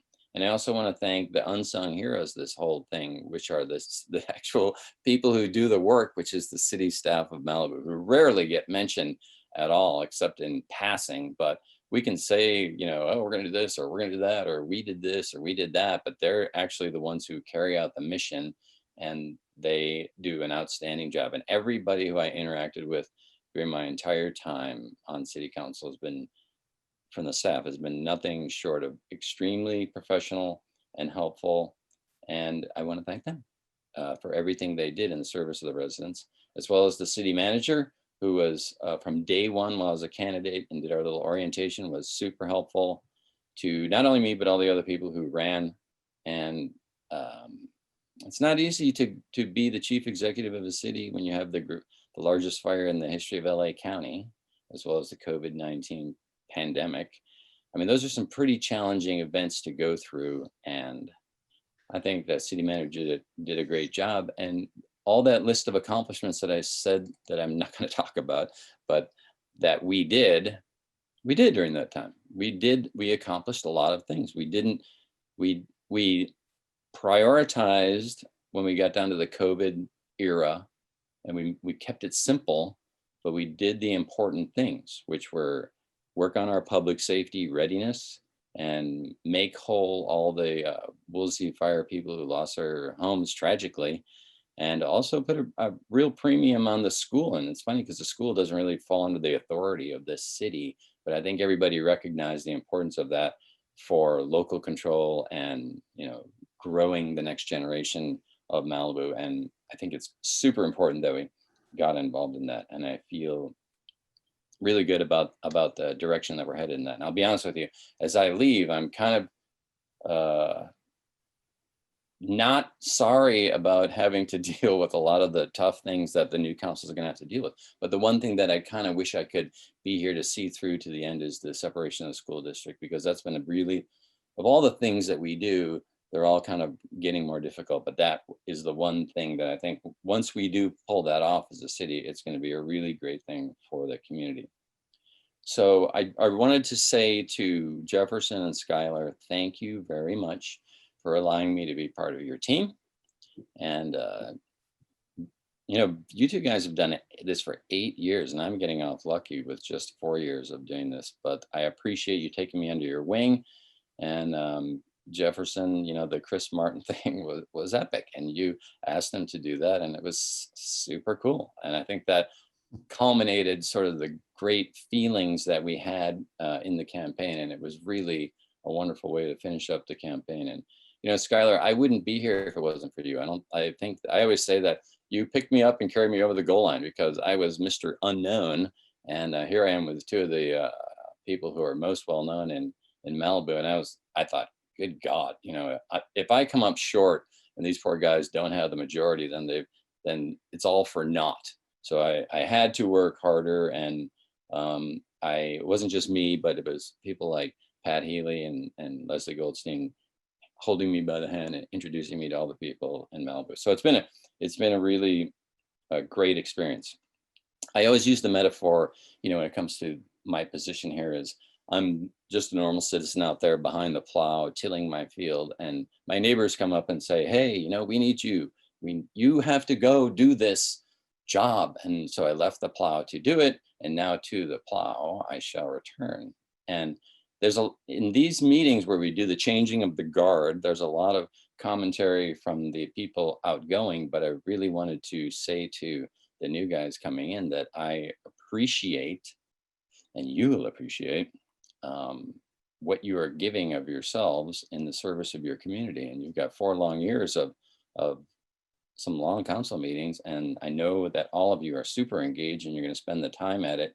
And so let me give you a preemptive appreciation for somebody who in a few minutes is going to be sitting in the stands watching you do it. It's not easy, and you are all to be commended for stepping up. And you know, really what you're doing is you're giving your life, your time. You come into the world and you have a body and you have time, and if you give your time in the service of your community, that is very noteworthy. You know, Steve and Paul have actually already done a lot of that because they've served in so many different capacities in the city, and Bruce is definitely bringing a lot of energy to it and a lot of backing. So I wish all of you guys the best. So thank you, Malibu, the residents of Malibu, for trusting us and allowing Team Malibu and the 3 amigos to come here and try and steer the ship in a better direction toward what the founders wanted. And I think we were successful. So thank you, Skylar and Jefferson, for letting me be on your team. That's all. Great. Jefferson, you're back. Yes, thank you, Mikey. And thank you, Rick. And this is a night full of thank yous, and we're going to be saying dozens of them. I'd just like to start out with whoever found this plaque of Surfrider Beach. I don't know if you can see it because I can't tell, but somebody at City Hall found this terrific plaque of the tile of the entrance of the beach that I've lived most of my life in front of. So thank you for that thought. I appreciate it. And the other thank you I'd like to go out to, from all my other burned plaques from when I was 2008 to 2012, from the sheriff, LA County Sheriff. I got my thank you back and for being on duty back in the 80s. Thank you to the sheriff. All these other plaques will replace the ones that I lost in the house. I want to thank all those cities that sent them back. And okay, well, in any case, a lot of to go on. I timed this because I like to keep it short enough, and you know I'm not a verbose person, so I'll just read from this. Thank you for that privilege. It has been a privilege and a true honor to have served the Malibu community for 9 years. Everybody's been saying 8. Thank you for that. I was on the task force, which was a Brown Act task force for a year as well, so that made it 9. Local supportive council persons should be reflected in your chosen missions and your elected decision-making process. I feel that some of my attempted goals to benefit the city became municipal codes, plastic bans, straws, things like that we were able to furnish to our community. The Ombuds Office, in conjunction with Pepperdine University School of Dispute Resolution, is only on the shelf, not in the circular file. Skylar and I brought significant environmental issues to the forefront and eventually became law in our city as well as many other cities. Rick covered the city with his efforts on the airline behavior over Malibu and the school separation. That took some extra time and some extra visits out of the community. And a lot of people were not aware of what was going on with the airlines, but Rick kept us appraised. Thank you for that, Rick. During our nomination and election process, Peak, Mullen, and Wagner team, known as the Three Amigos, made reflections and appraisals of future management of our city. Some of our pledges were fulfilled and some are still waning, leaving that up to the next council. And I'd like to clarify some of the statements that I have been attributed to, like staff Siberia or my crossed arms like this. And that I want to make sure that everybody knows I'm just as frustrated as some of the voters when it takes so long for us to get things passed. Whether it was 5 years for an Airbnb rule, or 8 years for a rodenticide rule, or 3 to 4 years for dark skies. That's city molasses, but you have to realize if you're not engaged in it and you don't see the process, the education of how that all works is difficult. And that's what I'm asking people to do rather than just to opine on the last minute or at the last decision. If you're more involved in it, you'll see why it takes so long, but that's not an excuse. That's why I called it city molasses or staff Siberia, not directed at anybody personally. Just that's how it looked to me. Our property values never go down with what our decisions are. Even 2008, even during the pandemic, that's the one thing that supplies this city with its financial energy. So I believed in government should respond to the constituents' needs and not the profiteers. That's what Rick said earlier, and that's why we stuck with the mission statement. Finding that balance will now be up to the new council. I followed City Hall protocol during my first term and discovered some obvious irregularities, but assumed somebody else would take care of it. 4 years off council, I watched business as usual. In my final 4 years, I committed to transparency at City Hall and brought to council consideration an elected mayor with the council. It was semi-courteously respected and shelved, but not thrown away. Had that position been adopted, Malibuites would have had a choice every 2 years to cleanse or continue. And my personal thank yous are to, first of all, like to thank Candace Brown, my significant other, and the controller of the computer for her patience and her expertise, because I would not be here without her. I probably would have been so frustrated, would have had to pay somebody to come here and teach me how to use the darn computer. Internally at the city, staff level, Alex, Parker, Heather, Miriam, and Kelsey, and Christy Rector for their helpful moments. They kind of guided me and helped me through a lot of trips and hazards that I would have definitely cut my foot on. And they were very good guidance down there in that rank. I appreciate that. And Christy Hogan to be one of the nicest persons with a law degree. That's what everybody said, and that's how I felt. And to all the employees at Second City Hall, which was the retail surf shop, and helped me stay on a very accessible council member at the retail store. Had they not understood how it all worked and seen what I've been going through, it would have been very difficult. They also helped me with the computer. So anything, whether it was neighbors' sprinklers, barking dogs, parking tickets, or Airbnbs, I could only furnish sympathy, understanding, and partial solutions. Once again, it takes a council to formulate policy and become municipal code.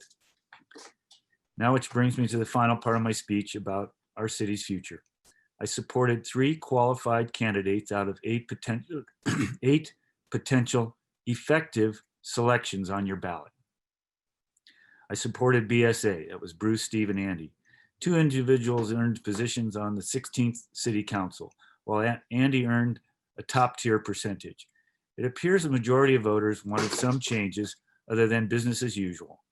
We often heard that it's usual malignant 7, I'm not saying names, which were a certain group who found some faults and made it their point to treat the apparent malady on their own through social media, which I don't follow. Although I may have appeared to be too conforming and too easy to get along with, I did vote often enough to show the light and bring proper perspectives to our council.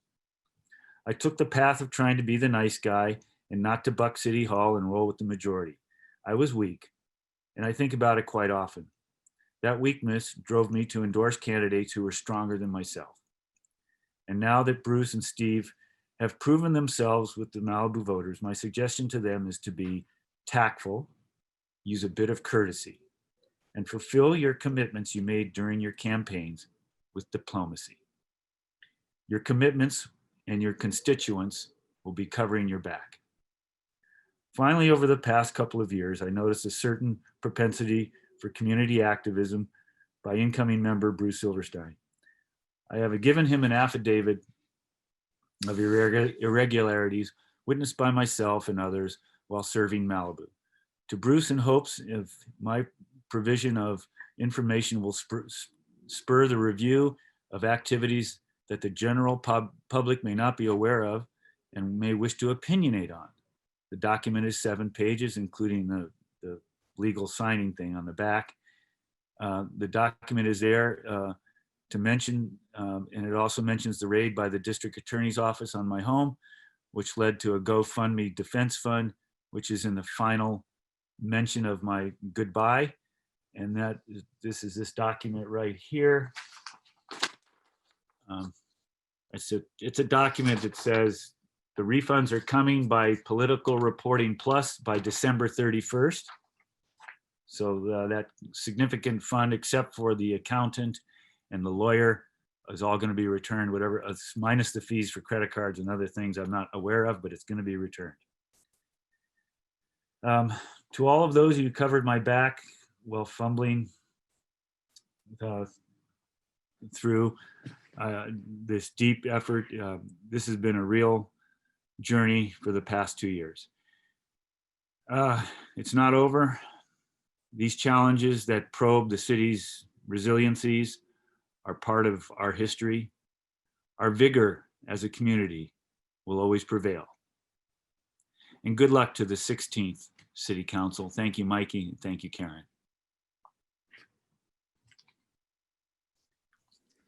Okay, thank you, Jefferson. Skylar. Thank you, Mikey.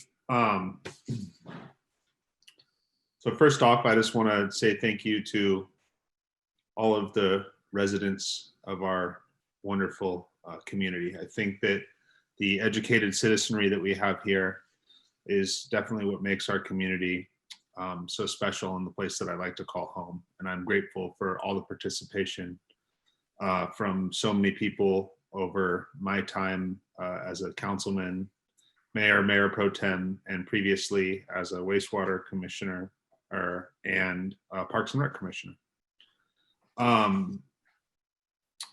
Thank you very much to the different folks, Pamela, Keon, Norm, Don, Graham, Scott, Ryan, this evening, as well as Henry, Assemblymember Bloom, and Supervisor Kuehl. I wanted to give a special thank you to my current commissioners, and that was Veronica on our Cultural Arts Commission. I appreciate all of your leadership there and your insight into the arts. And I think Malibu is a very art-friendly community, and I look forward to that being furthered. Josh Spiegel on Parks and Rec. I know we grew up kind of batting the baseball around together, and now I see you and you're walking your baby in a stroller or something like that, and I just think it's awesome, and I appreciate your time to that. Steve, I want to really thank you for your time as my planning commissioner, and wish you nothing but success in your new role as a councilman. Freddie, as a retired fireman and member of our Public Safety Commission, I think that I really appreciate your time that you've given to that. And last but not least, Brian, the Judge Merrick, thank you very much for your service on Public Works. A long time ago, I was in a different country, and the guy who was at the head of the country told me that all politics is local, and he kind of made this comment to me, like, the hard thing for someone like you is because when you go to a coffee shop, everybody knows you. And I didn't really understand that at the time. It was like literally within the first year of being in office, or I was told him that I was going to run for office, and that's when we had that conversation. But it's been nothing but a pleasure of mine to get to know the various different people in our community from the other parts of town that I don't always, I grew up on the West End up here on Point Doom, and getting to know more people from, in the Big Rock area, in, the Cross Creek area and everything has been really special. So that's one thing that I'm really going to miss. And I think that when it was kind of lost maybe in this election cycle because of COVID, but the knocking on doors that was mentioned, the just, getting to know people, sitting down, somebody hosting a coffee or, tea in their home, and you get to just talk with people and they can ask you anything, and they really get to know you. I think that that's really important. And it's important, I think, for citizens to be able to do that with the people that are, making decisions about their town. So yes, definitely people don't, I think, realize some of the sacrifices, but I think that we have very good guidance here in the city of Malibu. And I also really appreciated all of the guidance that I got from Jim Thorson while he was our city manager, and also Riva. I think you have really done an incredible role in going from assistant city manager to city manager and leading our city through these two, catastrophic things, first the fire and now COVID. I appreciate everybody, Mikey, Karen, obviously Jefferson and Rick, and the previous council members that I worked with, just for putting in so much time to our community. A small thing like banning plastic straws wouldn't happen without all of that time, and then that wouldn't resonate to so many different places. Plastic bags were a small thing when Jefferson did that prior to me being in office in his first term with the other council at that time. And then that, resonated, all over the world for that matter. And then it expanded polystyrene. I think that the environmental needle in our community will hopefully continue to push forward. And I would encourage the future council to never lose sight of that and not lose sight of climate change, because I think it's very real and it can have a grave effect on this community if we don't do things to further that mission and understand that. So I'm really grateful for the, in government, things seem to happen so slowly and move so slow, but during my time here, I think a couple of things that I'm very proud of is, hey, I didn't get a permanent skate park yet, but I think it's coming, and there's a temporary one out there. And the land that was acquired at Trancas is awesome. And that was 35 acres, a little over 29 acres then in 2018, with 10 plus acres in the Cross Creek area and 18 acres up on Heather Cliff and PCH. That's going to be up to Mikey, you and Karen and the new counselors, or, in this community, to say what they want to have in those places. And I really think that, I hope that you guys will, I know that you'll take the time to get the input from the community. And I think it's just another example of where the council does, I think, what the community ultimately wants and listens to its citizenry, which is the fundamental thing in democracy, I believe, one of the things in democracy. So I appreciate it, and sending love to everyone. So thank you very much, Mikey. Oh, sorry, one more thing. I just wanted to say that I really thank my lovely mom and my sisters and everyone in my family. And so thank you very much. Nice. Well said, everybody, all three of you, and great words. And with that, we are going to adjourn the 15th City Council. And thank you. And we'll take a minute here and be back with the new council. A little video change over here.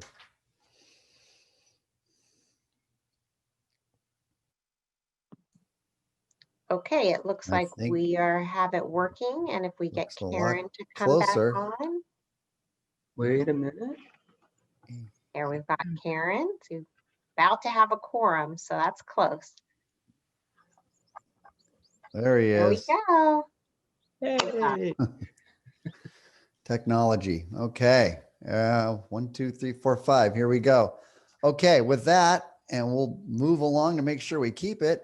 I hereby reconvene the 16th City Council, and I welcome all 3 new city councilors. Excited to move forward with you. And we're going to go to remarks by newly elected council members. And Bruce, why don't you go first, since we have you here, and make sure we keep you here. All right, it's good to see my computer's working again. Thank you. Good evening, everyone. All right, so I always say my heart goes out to everyone struggling through the adverse consequences of this pandemic. COVID-19 has affected all of us in so many ways, from material inconvenience for the fortunate segment of the community to loss of income, severe illness, and loss of life to those less fortunate. I often say that I am grateful for everything that has occurred, because this moment in time would not be what it is without everything that has come before it. Although this moment may be difficult for all of us in different ways, it could just as easily be far worse as it could be far better. For that reason, I am grateful for the forces of the universe, whatever they may be, that are the source of everything that is, has been, and will be. On a more mundane plane, I want to begin by expressing gratitude to Jefferson Wagner, Rick Mullen, and Skylar Peak for their many years of service to the community. While I may not have agreed with all they did during their tenure on City Council, I've always appreciated their hard work and efforts to do what they could to help the community. I also want to express my gratitude to everyone whose trust and support contributed to my election to the City Council, not the least of which were the more than 2,400 residents who voted for me. I had no expectation that I would have so much support from the community, and I'm humbled by the experience. As I've told so many of my supporters before tonight, my campaign was a group effort that would not have succeeded without the involvement of everyone who supported my candidacy. Nonetheless, there are a few people I want to acknowledge for their particular support. I'm grateful to my family for their unconditional love and support. For those of you who don't know my family, they're my wife, Mindy, my sons, Louis and Nolan, and also Rain, a German Shepherd dog we rescued 7 years ago and who in turn rescued us. My family has been an integral part of my success in every success I've had in my life. I also want to express gratitude to Jefferson Wagner, about whom I'll have some more to say at a latter part of my remarks. For now, I will say that I would not have run for the council, much less been elected, without Jefferson's consistent and persistent encouragement and support. The same is true of Jefferson's better half, Candace Brown. Jefferson also supported Steve Uring and Andy Lyon, and 2 of the 3 of us were elected. Andy fell short by less than 200 votes. That compares to the multiple candidates who were backed by practically every one of the other current and former members of City Council, of which only 1 succeeded. That speaks volumes of how much the community loves and respects Zuma J. I want to express my gratitude to the 5 candidates for City Council whose election bids fell short. They all ran intelligent, positive campaigns. They all had the best interests of Malibu and its residents at heart, and they all made us all better candidates. There were no opponents in this election, just competitors. And there were no winners or losers in this election, just some candidates who received more or less votes than other candidates. With respect to the other candidates, I do want to single out Steve Uring and Andy Lyon, with whom I ran in tandem and without whose combined efforts the campaign would not have been the success it was. Andy, if you're out there, I really wish you'd been elected. You represent the heart and soul of old Malibu, and I would have been honored to serve with you on the City Council. I want to express my gratitude to Alexis Aria. I did not have an official campaign manager, but Alexis served as my unofficial campaign manager. At the same time, Alexis was working for the Biden campaign, tirelessly training other campaign workers to the point where I understand she has been recognized as one of the top volunteer organizers in the country.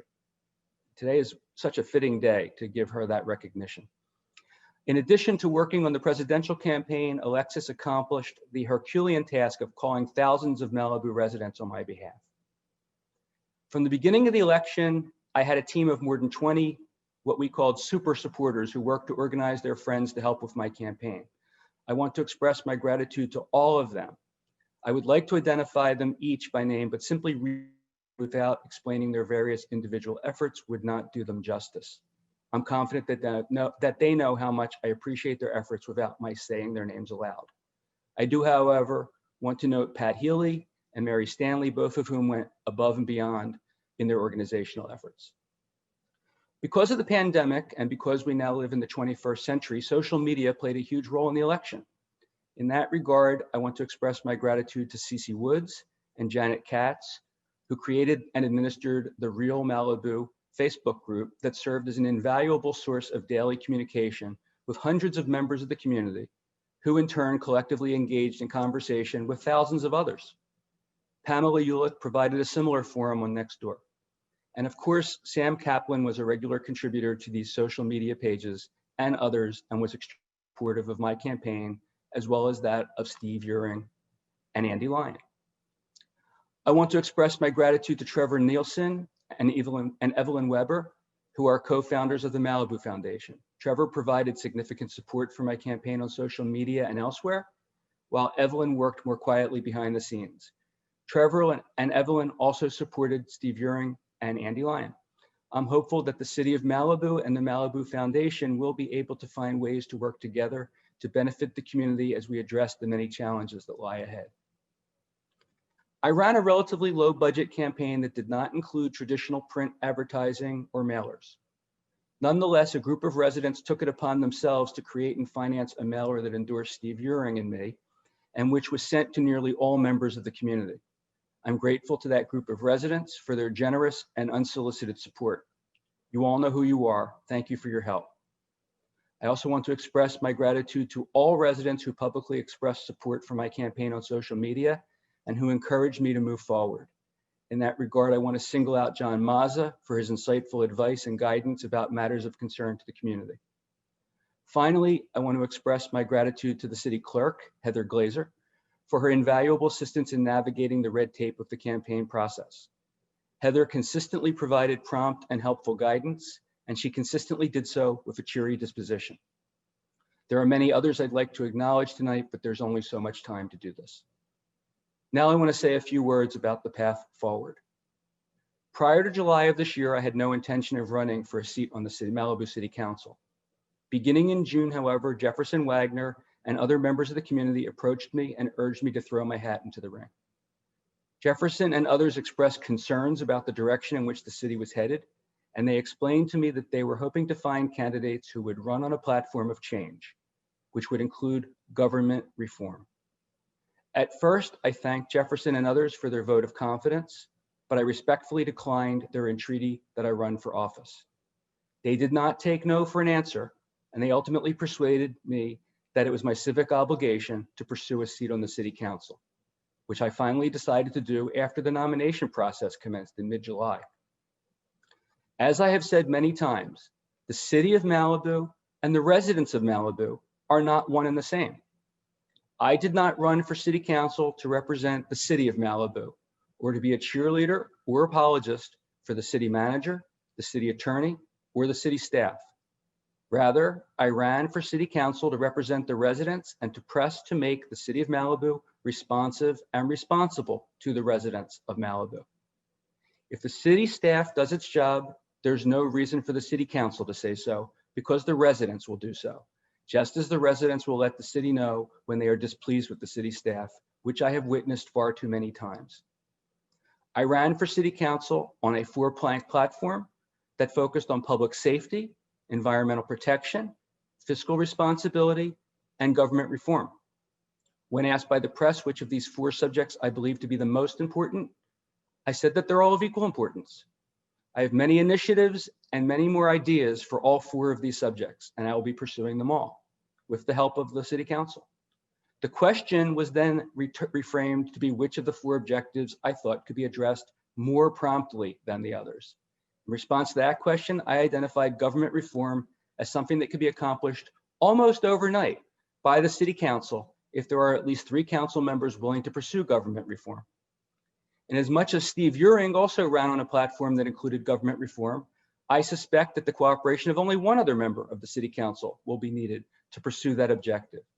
If Andy Lyon had been elected, we would know that the necessary 3rd vote for reform existed. With hope, one or more of Mickey Pearson, Karen Farrer, or Paul Grisanti will join Steve and me in our quest to evolve beyond the status quo. I have many initiatives designed to increase transparency and responsiveness to the residents. I will be rolling out those initiatives over the course of the weeks to come. I also have one significant initiative I'm compelled to introduce tonight, and which was alluded to by Jefferson Wagner in his parting comments. This weekend, Jefferson Wagner executed an affidavit that summarizes various incidents that he witnessed, heard about, and/or has been told about that evidence criminal activity and potential corruption within the city of Malibu at the highest levels. Among other things, the sworn affidavit details 1, an attempt to bribe Jefferson Wagner through a scheme like the one that was exposed in recent federal indictments of Los Angeles City Council members and staff members.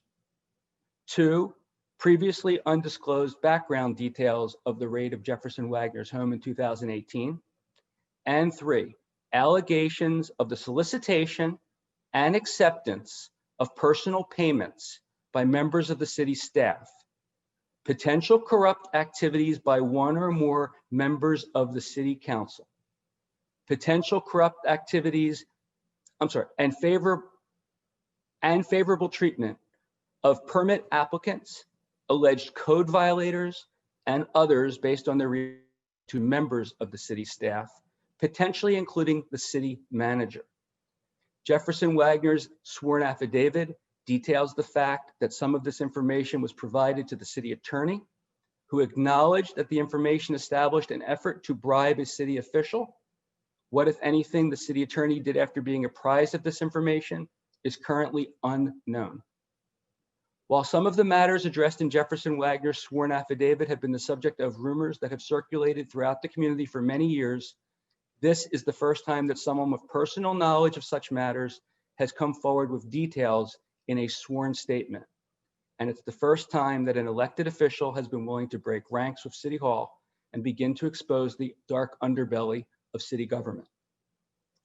Concurrently with my speaking tonight, I am providing a copy of Jefferson Wagner's affidavit to members of the press. I will be pleased to provide a copy of the affidavit to any member of the public who requests a copy by writing to me at my City Hall email, bsilverstein@malibu.org. I had wanted to have a copy of the affidavit displayed on the Zoom screen while I spoke, but I did not want to provide it to the city manager until my time to speak came tonight. The city manager insisted I provide anything I wanted displayed by 5 p.m., even though the city's technical expert told me there was no technological reason I could not email him the document moments before I wanted it displayed. This is consistent with multiple other shenanigans I've experienced from the city manager over the past month, all of which will be discussed publicly in the time to come. The city council currently is scheduled to go dark until sometime next year. I am hereby requesting that the city council direct the scheduling of a special meeting to occur prior to the end of the year for the purpose of creating a special investigation committee of the city council vested with the statutory subpoena power of the city council that I wrote about on my campaign website. I both hope and expect that all members of the city council will want to get to the bottom of the allegations in Jefferson Wagner's sworn affidavit and learn whether the incidents detailed therein are aberrational or just the tip of the iceberg.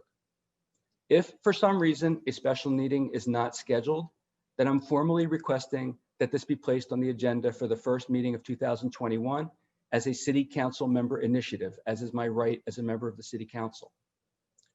In addition to requesting a meeting to create a special investigation subcommittee, I request that the city place a litigation hold on all material that may in any way touch upon the issues raised in Jefferson Wagner's affidavit or any other potential matter of wrongful conduct that might be the subject of a proper investigation.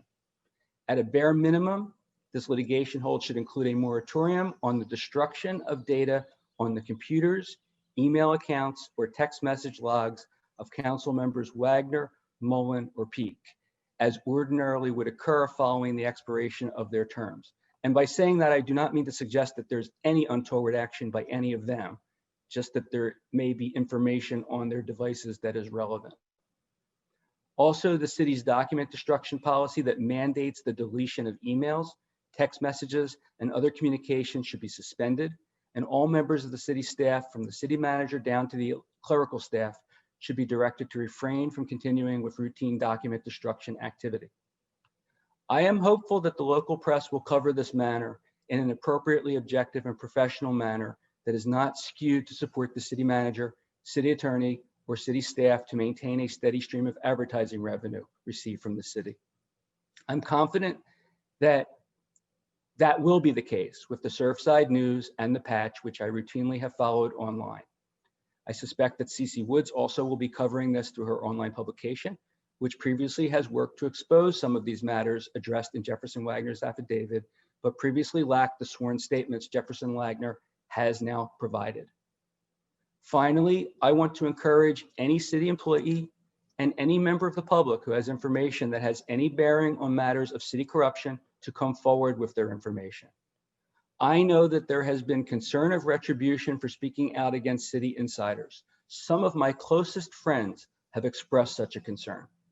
There are, however, laws that protect whistleblowers, and it is much safer to come forward with evidence of corruption than it is to withhold such information, which itself may be actionable if the person having such information is in a position of fiduciary responsibility to the city. I want to make clear that I'm not pursuing this matter in the hope of proving criminality, corruption, or other wrongdoing. I will be pleased if a proper investigation led by experienced and independent individuals provides a clean bill of health to the city of Malibu. That would put an end to the rumors that have been swirling around Malibu City Hall for far too long. By the same token, I hesitate to expose any wrongdoing that has occurred and let the chips fall as they may. I ran on a platform that included government reform, and this is my first step in the direction of fulfilling that commitment to more than 2,400 residents who trusted and supported my election. Too many folks seem to think that pursuing the cause of government reform is divisive and somehow disrespectful and discourteous. If everyone felt that way, reform would never occur anywhere. I intend to treat my fellow council members with dignity and respect, but I also intend to pursue the agenda I was elected to pursue. I hope that the same is true of the others who have spent the last month publicly berating me, which is the diametric opposite of treating me with the dignity and respect with which they asked me to treat them. As I repeatedly said in my campaign, I will not back down. Thank you.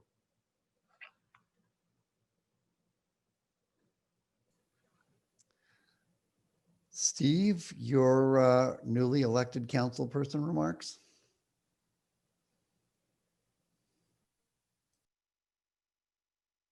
You're muted, Steve.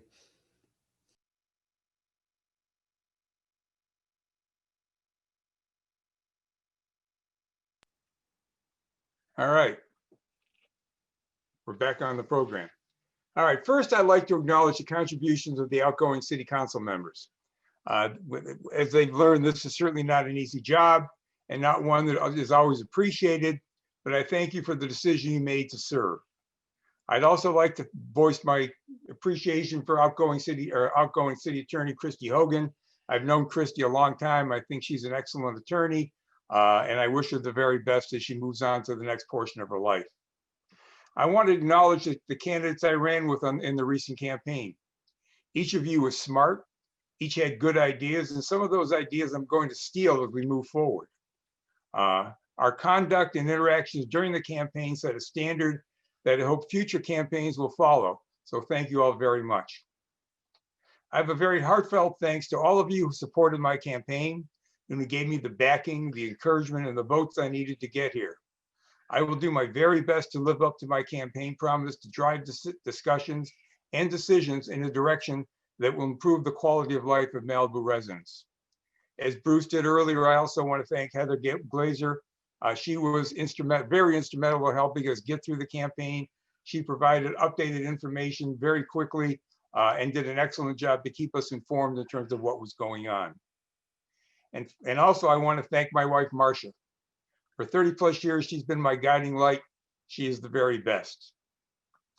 Finally, I want to briefly address some of the post-election conversations suggesting we should put our campaign promises on the shelf and we should all just focus on getting along. Throughout the entire campaign, not a single supporter approached me and said they were voting for me to join the council to get along. They told me to get on the council and make a difference. And that's what I'm planning to do. I will use my voice to stay true to the values I ran on and to occasionally push the city council outside of its comfort zone to arrive at solutions that truly make a difference. And I will work to accomplish and pursue these goals in an environment that encourages collaborative decision-making. So I think this is going to be fun. I'm looking forward to the next 4 years, and I encourage all Malibu residents to tighten their seatbelts. For the first couple months, until we get to know each other, this may be a bit of a bumpy ride. Mikey, thank you very much. Of course. Paul, you're up. I can't begin to tell you how overwhelmed with gratitude I am to be doing this tonight. I've, over the last 32 years, I've enjoyed going to city council meetings and going through all of that and watching Christy give the city good advice over and over and over again and get us out of many scrapes, which would have cost us a hell of a lot more money than they ended up doing. I'm grateful to everybody I've interacted with at the city over the last 30 years, starting, I guess, with, well, Jeff Jennings has been a friend for a long time. Jefferson Wagner has been a friend for a long time. We've all interacted in a positive fashion, and I look forward to interacting with everyone in the future in a positive fashion. And yes, Heather, you've done a lot to keep us all in compliance with the FPPC, and I appreciate you for that. I'd like to thank the residents of Malibu for welcoming me here 42 years ago and enabling me to build a life and a family here. I'd like to thank my wife, Sarah, for the last 32 years of love and confidence in me. And the family who's watching tonight, thank you to you as well. I'd like to thank Susan Wellsby, who ran she was my campaign manager. She's bright, inventive, resourceful. She did a lot with no money. I really appreciate it. And I'd like to thank those of you in the city who gave me one of their 3 precious votes in the last election. I hope that I can convince all of Malibu that I am truly concerned about what is in yours and Malibu's best interests, and that I am a faithful servant of Malibu. I know that there are some who are concerned that we will have a tumultuous first year. I'm confident that most items will end up being approved or denied by a vote of 5-0. And I don't think getting along with the rest of the council people is anything to be ashamed of. Thank you very much, and I look forward to this coming year and the coming 4 years. Okay, thank you all very much. And we're now moving forward to the election of the mayor pro tem. Hang on a second. I have a piece of paper here to help me. The floor is now open for nominations for mayor pro tem. Paul. I'd like to nominate for mayor pro tem Steve Uring. Okay, council member Paul Grisante is nominating for mayor pro tem. Council member Steve Uring is nominated for mayor pro tem. Are there further nominations for mayor pro tem? Steve. Mikey, I would like to nominate Bruce Silverstein, please. Okay, council member Bruce Silverstein is nominated for mayor pro tem. Are there further nominations for mayor pro tem? Okay. Hearing no further names, nominations for Mayor Pro Tem are now closed. The clerk will call roll call.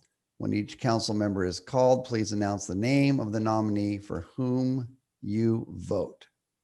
Can we please have roll call? Christy, did you have something to add? Yeah, I just think that Councilmember Euring has a question before you call. Oh, sorry, I didn't see your hand. Steve? Just a question, Mikey. I mean, there has been a tradition in Malibu of appointing the mayor pro tem based upon the number of votes and they got in the election. There only been one exception to that I'm aware of, and that had dealt with Skylar when he had some issues and he initially got elected. So I'm just wondering, is the history we have in Malibu and the tradition that we have, do we think that's important? I can't speak for everybody. So it's a fine question. I gather it is a tradition, but that's what I know. Okay, I would just encourage us to not change the rules any more than we have to. This is a council we're trying to get set up. We're trying to respect the votes of the residents. It's sort of like what's been going on in the national level where people debate who won what. Bruce won, and I think he deserves acknowledgement of that win. So with that, go back to your vote. Well, I think we know how your vote will go. Would you like to vote first, Steve? Sure, I'll vote for Bruce. Okay. You want to let the clerk call the roll then? Sorry, yes, I apologize. I got excited in the moment. No worries. We'll go from top to bottom alphabetically. Councilmember Farrer. I vote for Steve Euring. Councilmember Grisanti. I vote for Steve Euring. Councilmember Silverstein. You're unmuted, Bruce.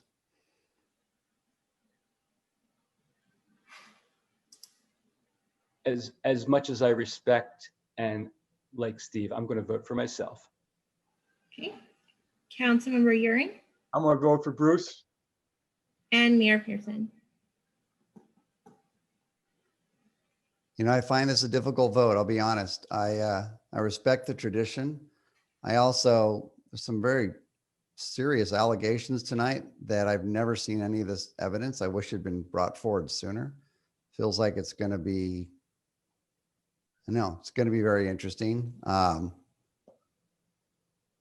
Where I sit, I look at Steve's experience on the Planning Commission, experience running a commission. So I am going to place my vote with Steve. We all get equal turns, and I think he's the only one here that's really had the experience. So my vote for Steve.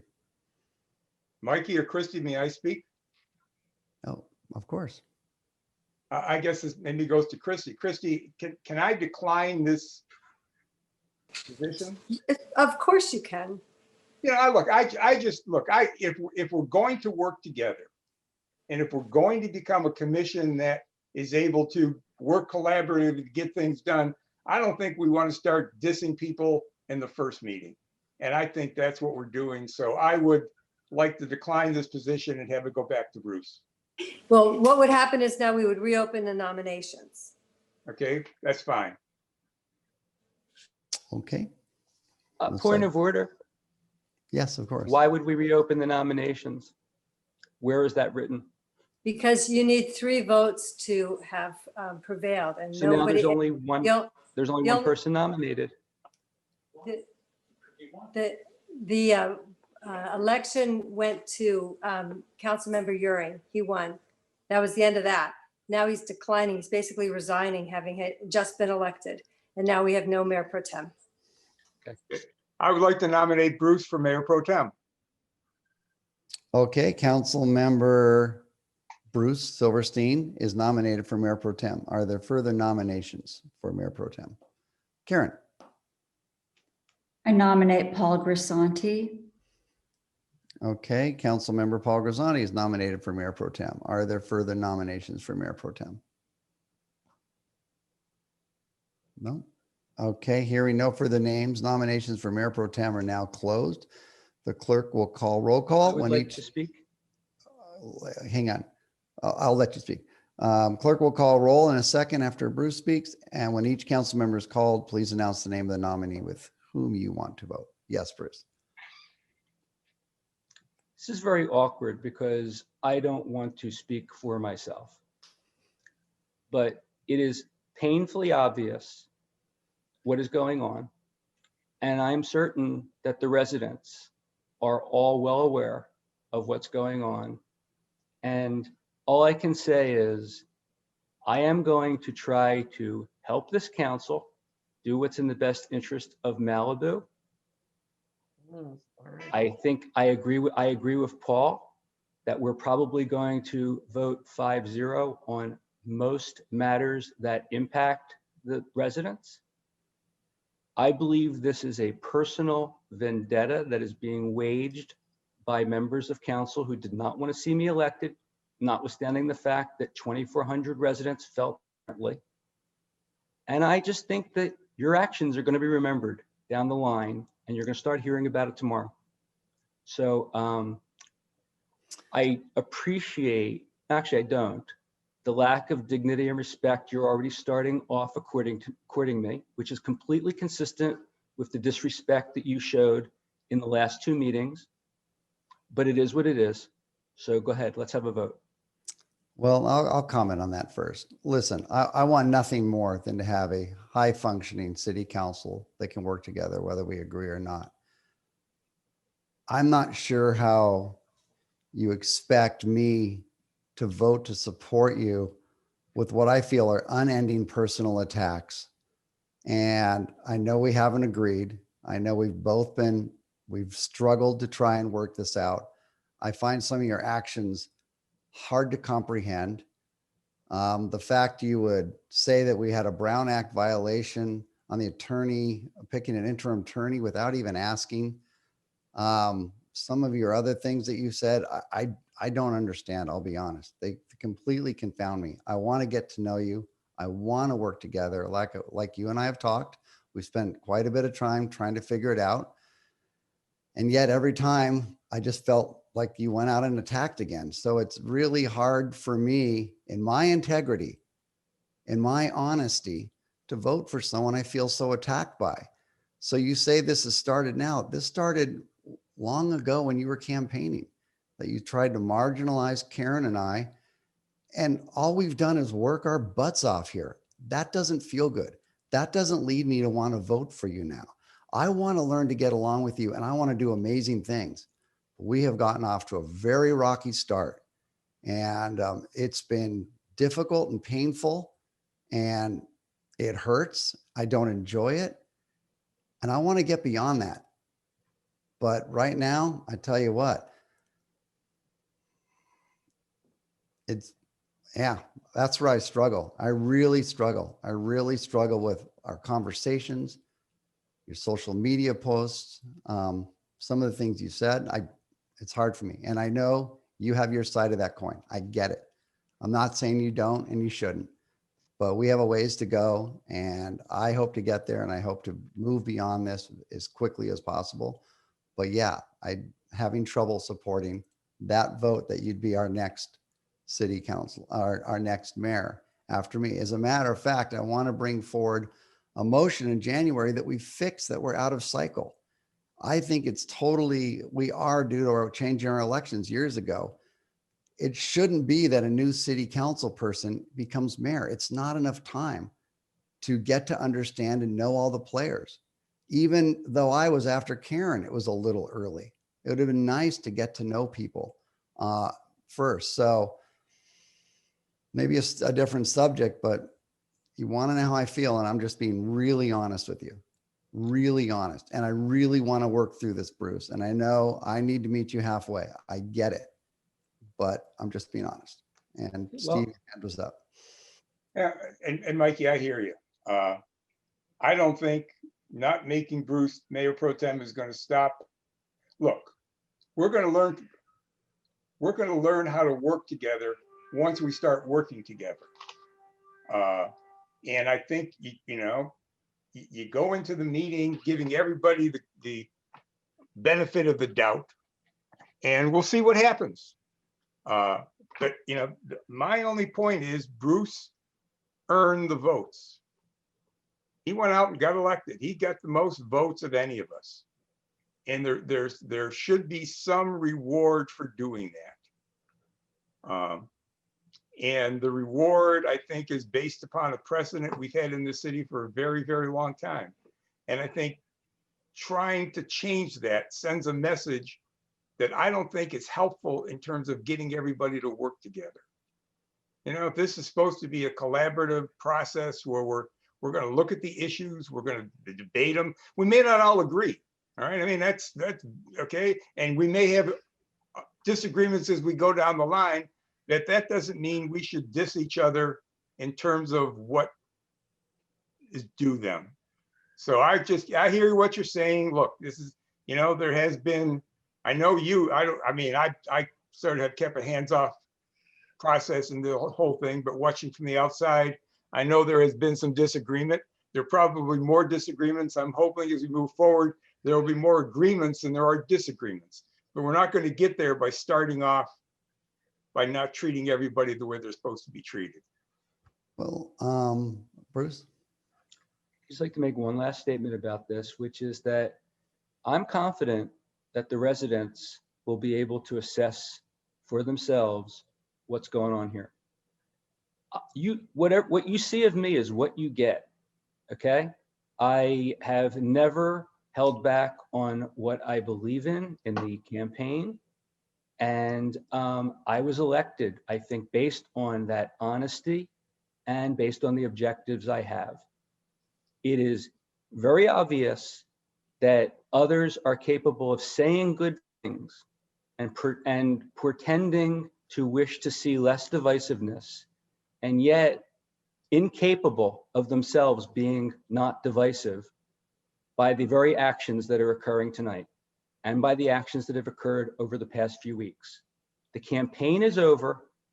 I would suggest you get over your upsetness from whatever was said during the campaign that you think marginalized you and act like a grown-up. The last time someone didn't get elected to pro tem intern, Skylar, is because people worried about his fitness for the role. That's the position I'm in. I want to get beyond that, but that's where I'm at, just to be really honest. Some of the things you've written, some of the things you've done, I'll just be honest, I don't follow. I think we share a great deal of things. We're both environmental. We both really care about the city. There's a lot we share, but that's where I'm at now. And I really look forward to getting beyond this. I really do, but I'm just being honest. Congratulations, Paul. I would really, really hope that Steve would take this. I think you're the most, in my opinion, most qualified, and I'd like you to reconsider. Thank you, Mikey. And I appreciate the comment. I am trying, look, I have worked in situations where I've had acrimonious people working around me. I've worked in situations where it's been combative. And what I've learned is that however we start out, the real question is once you get going, can everybody get together and work together and get something done? And you're right. I mean, look, there are things that you do I don't agree with. There may be things Karen does I don't agree with. I know there are things Paul does I don't agree with. But that's not the question. The question is, let's treat everybody as you'd like to be treated. That to me is sort of what I think you got to do to live in this world and to make it good. All right. And I'm failing in my words, but I mean, there's enough conflict and stuff going on that is just tearing this country apart. Why do we want to have more of it here? I mean, why do we want to start the process with a conflict when we don't have to? And look, in not voting for Bruce as mayor pro tem, it's not going to stop his comments. It's not going to stop his whatever he's doing. Okay, that's going to continue. And maybe by being mayor pro tem and having to play that role and do it that may be the best way for us to solve this problem. So just think about it. You know, you're going to do what you want to do, but I would ask you guys to think about it before we get down this path and really just, you know, start off on a bad foot. I just don't think that's the right thing to do. Well, and I appreciate that. And you had some good words there. I'm just like Bruce. I promise to always be honest. I promise to be direct. I promise to be forthright and straightforward on what I believe. And that is where I'm at. So once again, Steve, I'd asked you if you'd reconsider. I can't do that, Mikey. I think that's wrong. That'd be wrong for me to do. Thank you very much. I appreciate your confidence. Well, absolutely. I have You're a an lot honorable of. man, Steve. Okay, we have a motion. Can we, clerk, will you please call roll call when Right, each. there's two nominations on the floor. So Yes. we're going to call the roll and each of you will indicate to whom you give your vote. Yes. Councilmember Farrer, Paul Grisanti, Councilmember Grisanti, Paul Grisanti. Councilmember Silverstein, Does it really matter? Bruce Silverstein. Councilmember Euring, Bruce Silverstein. Mayor Pearson. Paul Grisanti. Congratulations, Paul. Congratulations. Okay, thank you. We are on to the administration of oath of office of the newly elected mayor pro tem and council members.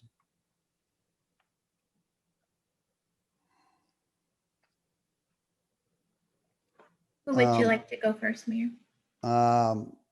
Bruce, do you have Jefferson swearing you in? Is that Yes, what I I do. understand? Okay. Would you guys like to go? Am I unmuted? Yes, you are, Jefferson. Very well, thank you. Okay, Bruce, please raise your right hand. Hold on a second. I'm trying to get the oath so I can see it. I'll just go by what you tell me. Okay. I state your name.